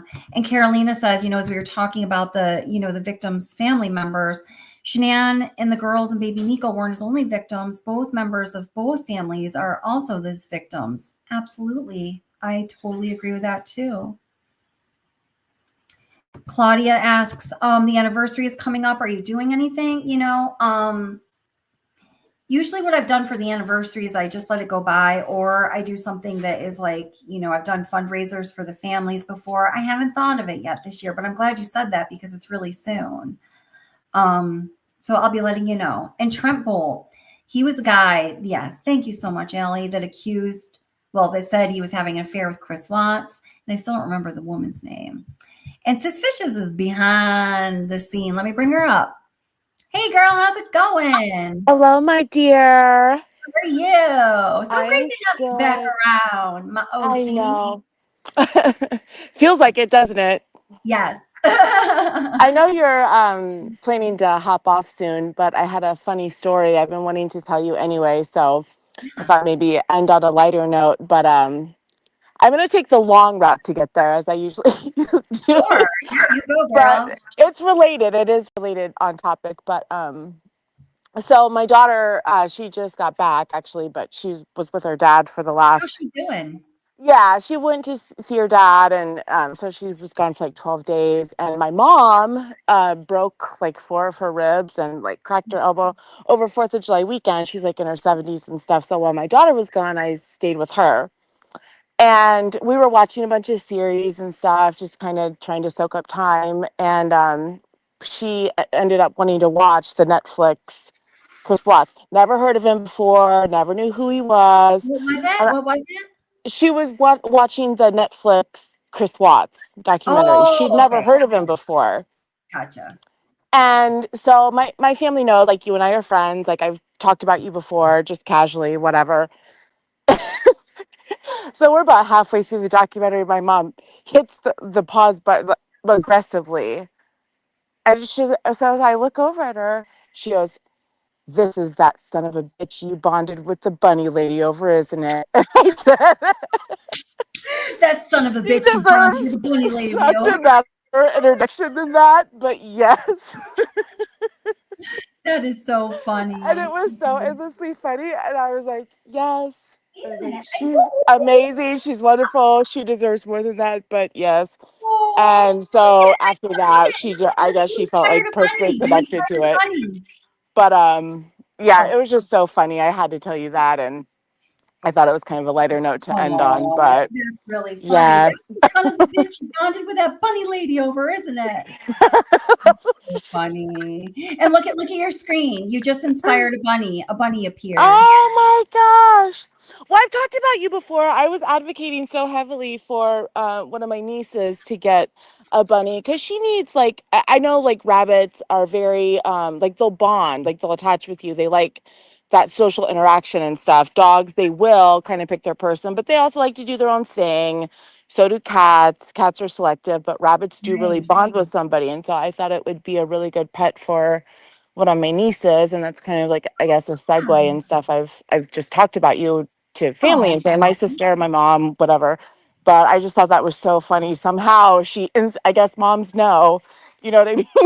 Yes, that's so funny. Sorry. Isn't it funny? That's really funny. I thought it was really sweet too. Yeah, but- because you had Holland Lops. It was Holland Lops, the bunnies you had, right? Yeah. I used to foster them. Mhm. Yeah.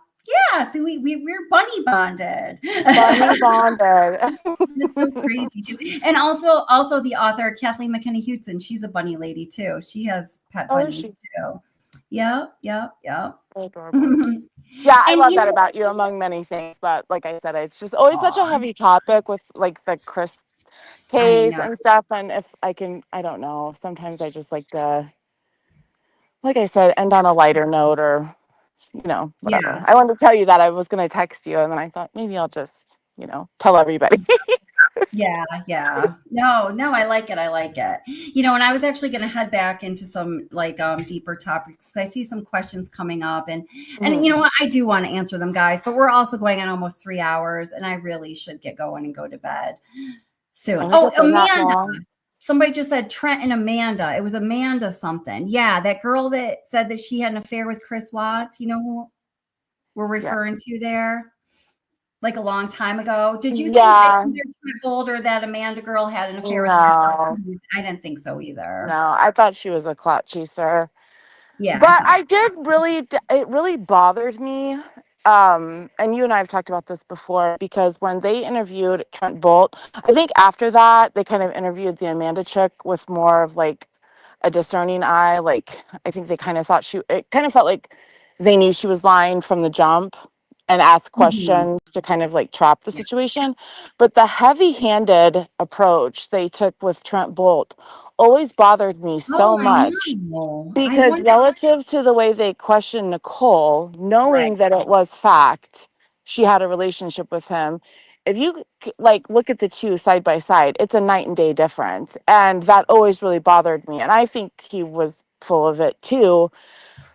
But the discerning eye they had on him relative to That's Nicole, right. And it's you know what? just Grant such a Coder shut mismatch. that the fuck down. But you know what? I think if, I don't know this because we have the initial FBI with Nichol Kessinger to compare, Kevin Kobach's interviews with. But other than that, we just have a series of interviews with Kevin Kobach. And I mean, unless he was following a directive that he was given and the directive was not in the pursuit of justice, then maybe he was doing his job. But aside from that, it just seems like he was not the greatest interviewer of her, at least. And I have to wonder what would have become of her if like Graham Coder got his like paws on her. Cause I think I he was know. great.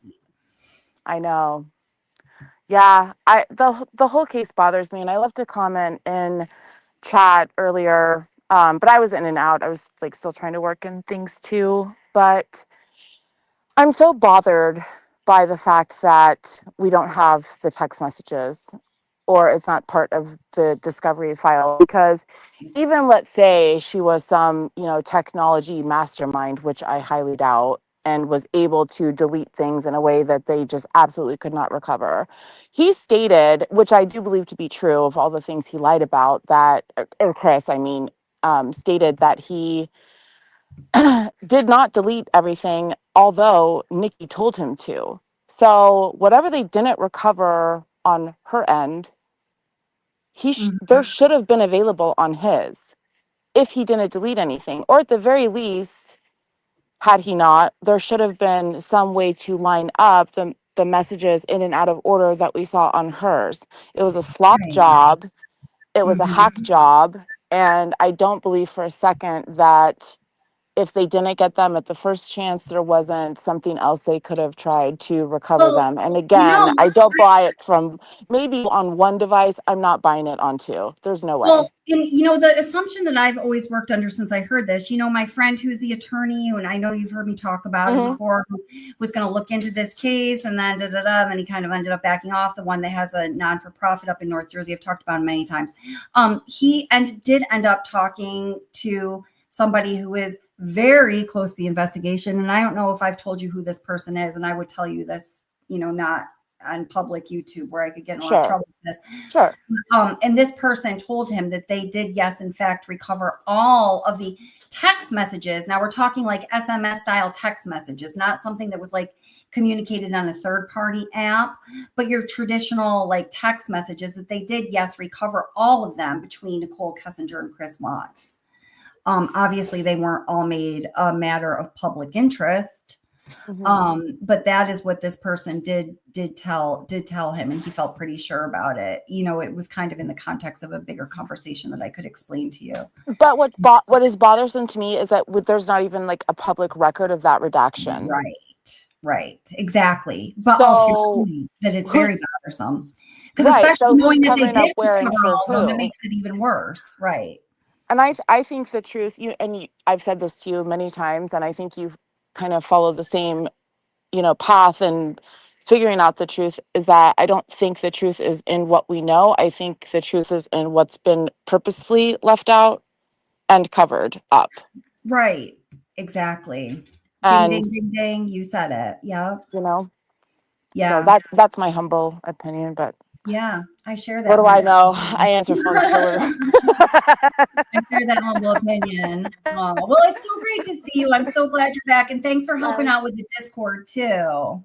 I really haven't done anything. I've like shared pictures of my horses and like talked about myself a couple times, but well, I'm excited to it's always like 6 to 1, half dozen the other. It's like I mean to get back, and then something comes up with work, and I work kind of off and on 24 hours a day. Like I'm never really off. I'm never really on, but I'm gonna get in touch with them and try to do more, because I always get to be in like, work, non-work, limbo purgatory. Yeah.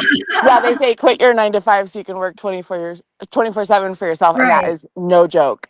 Right. So, Right. but anyway, it was good to talk to you too. I just wanted to tell you that story and say hi Well, to thank everybody you. That's and really you. And funny. That's yeah, so but funny. All of a we'll sudden be it in just touch hit though.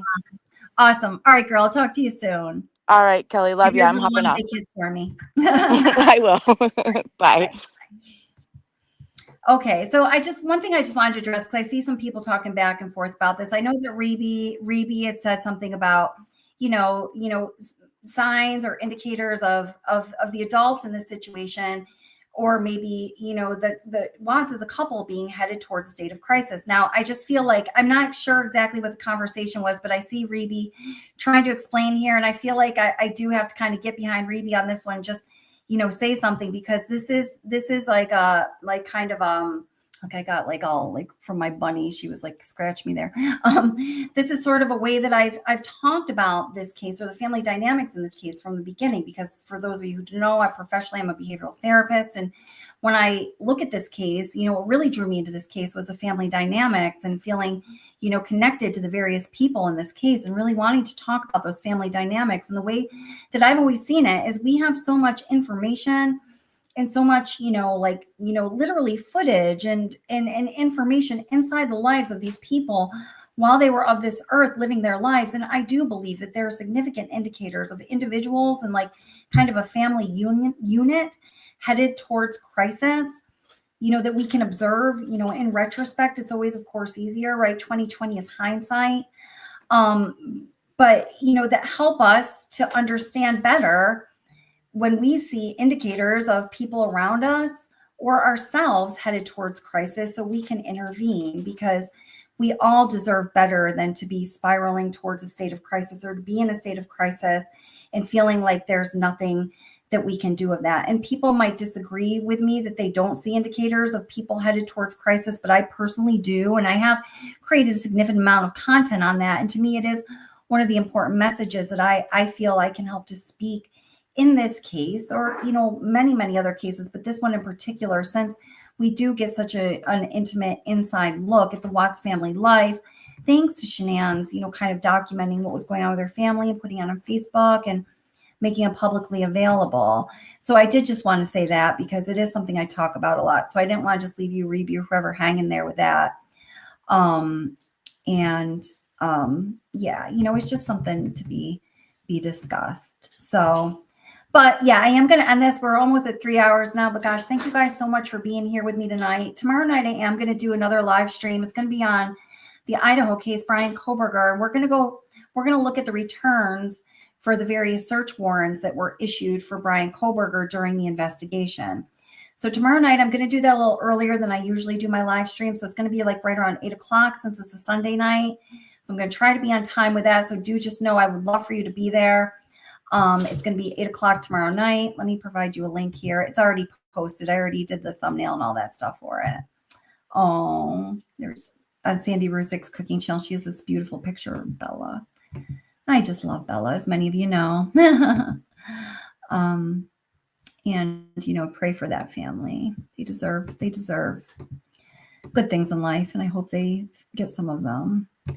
Okay, so here is a link for tomorrow's live stream. Yeah.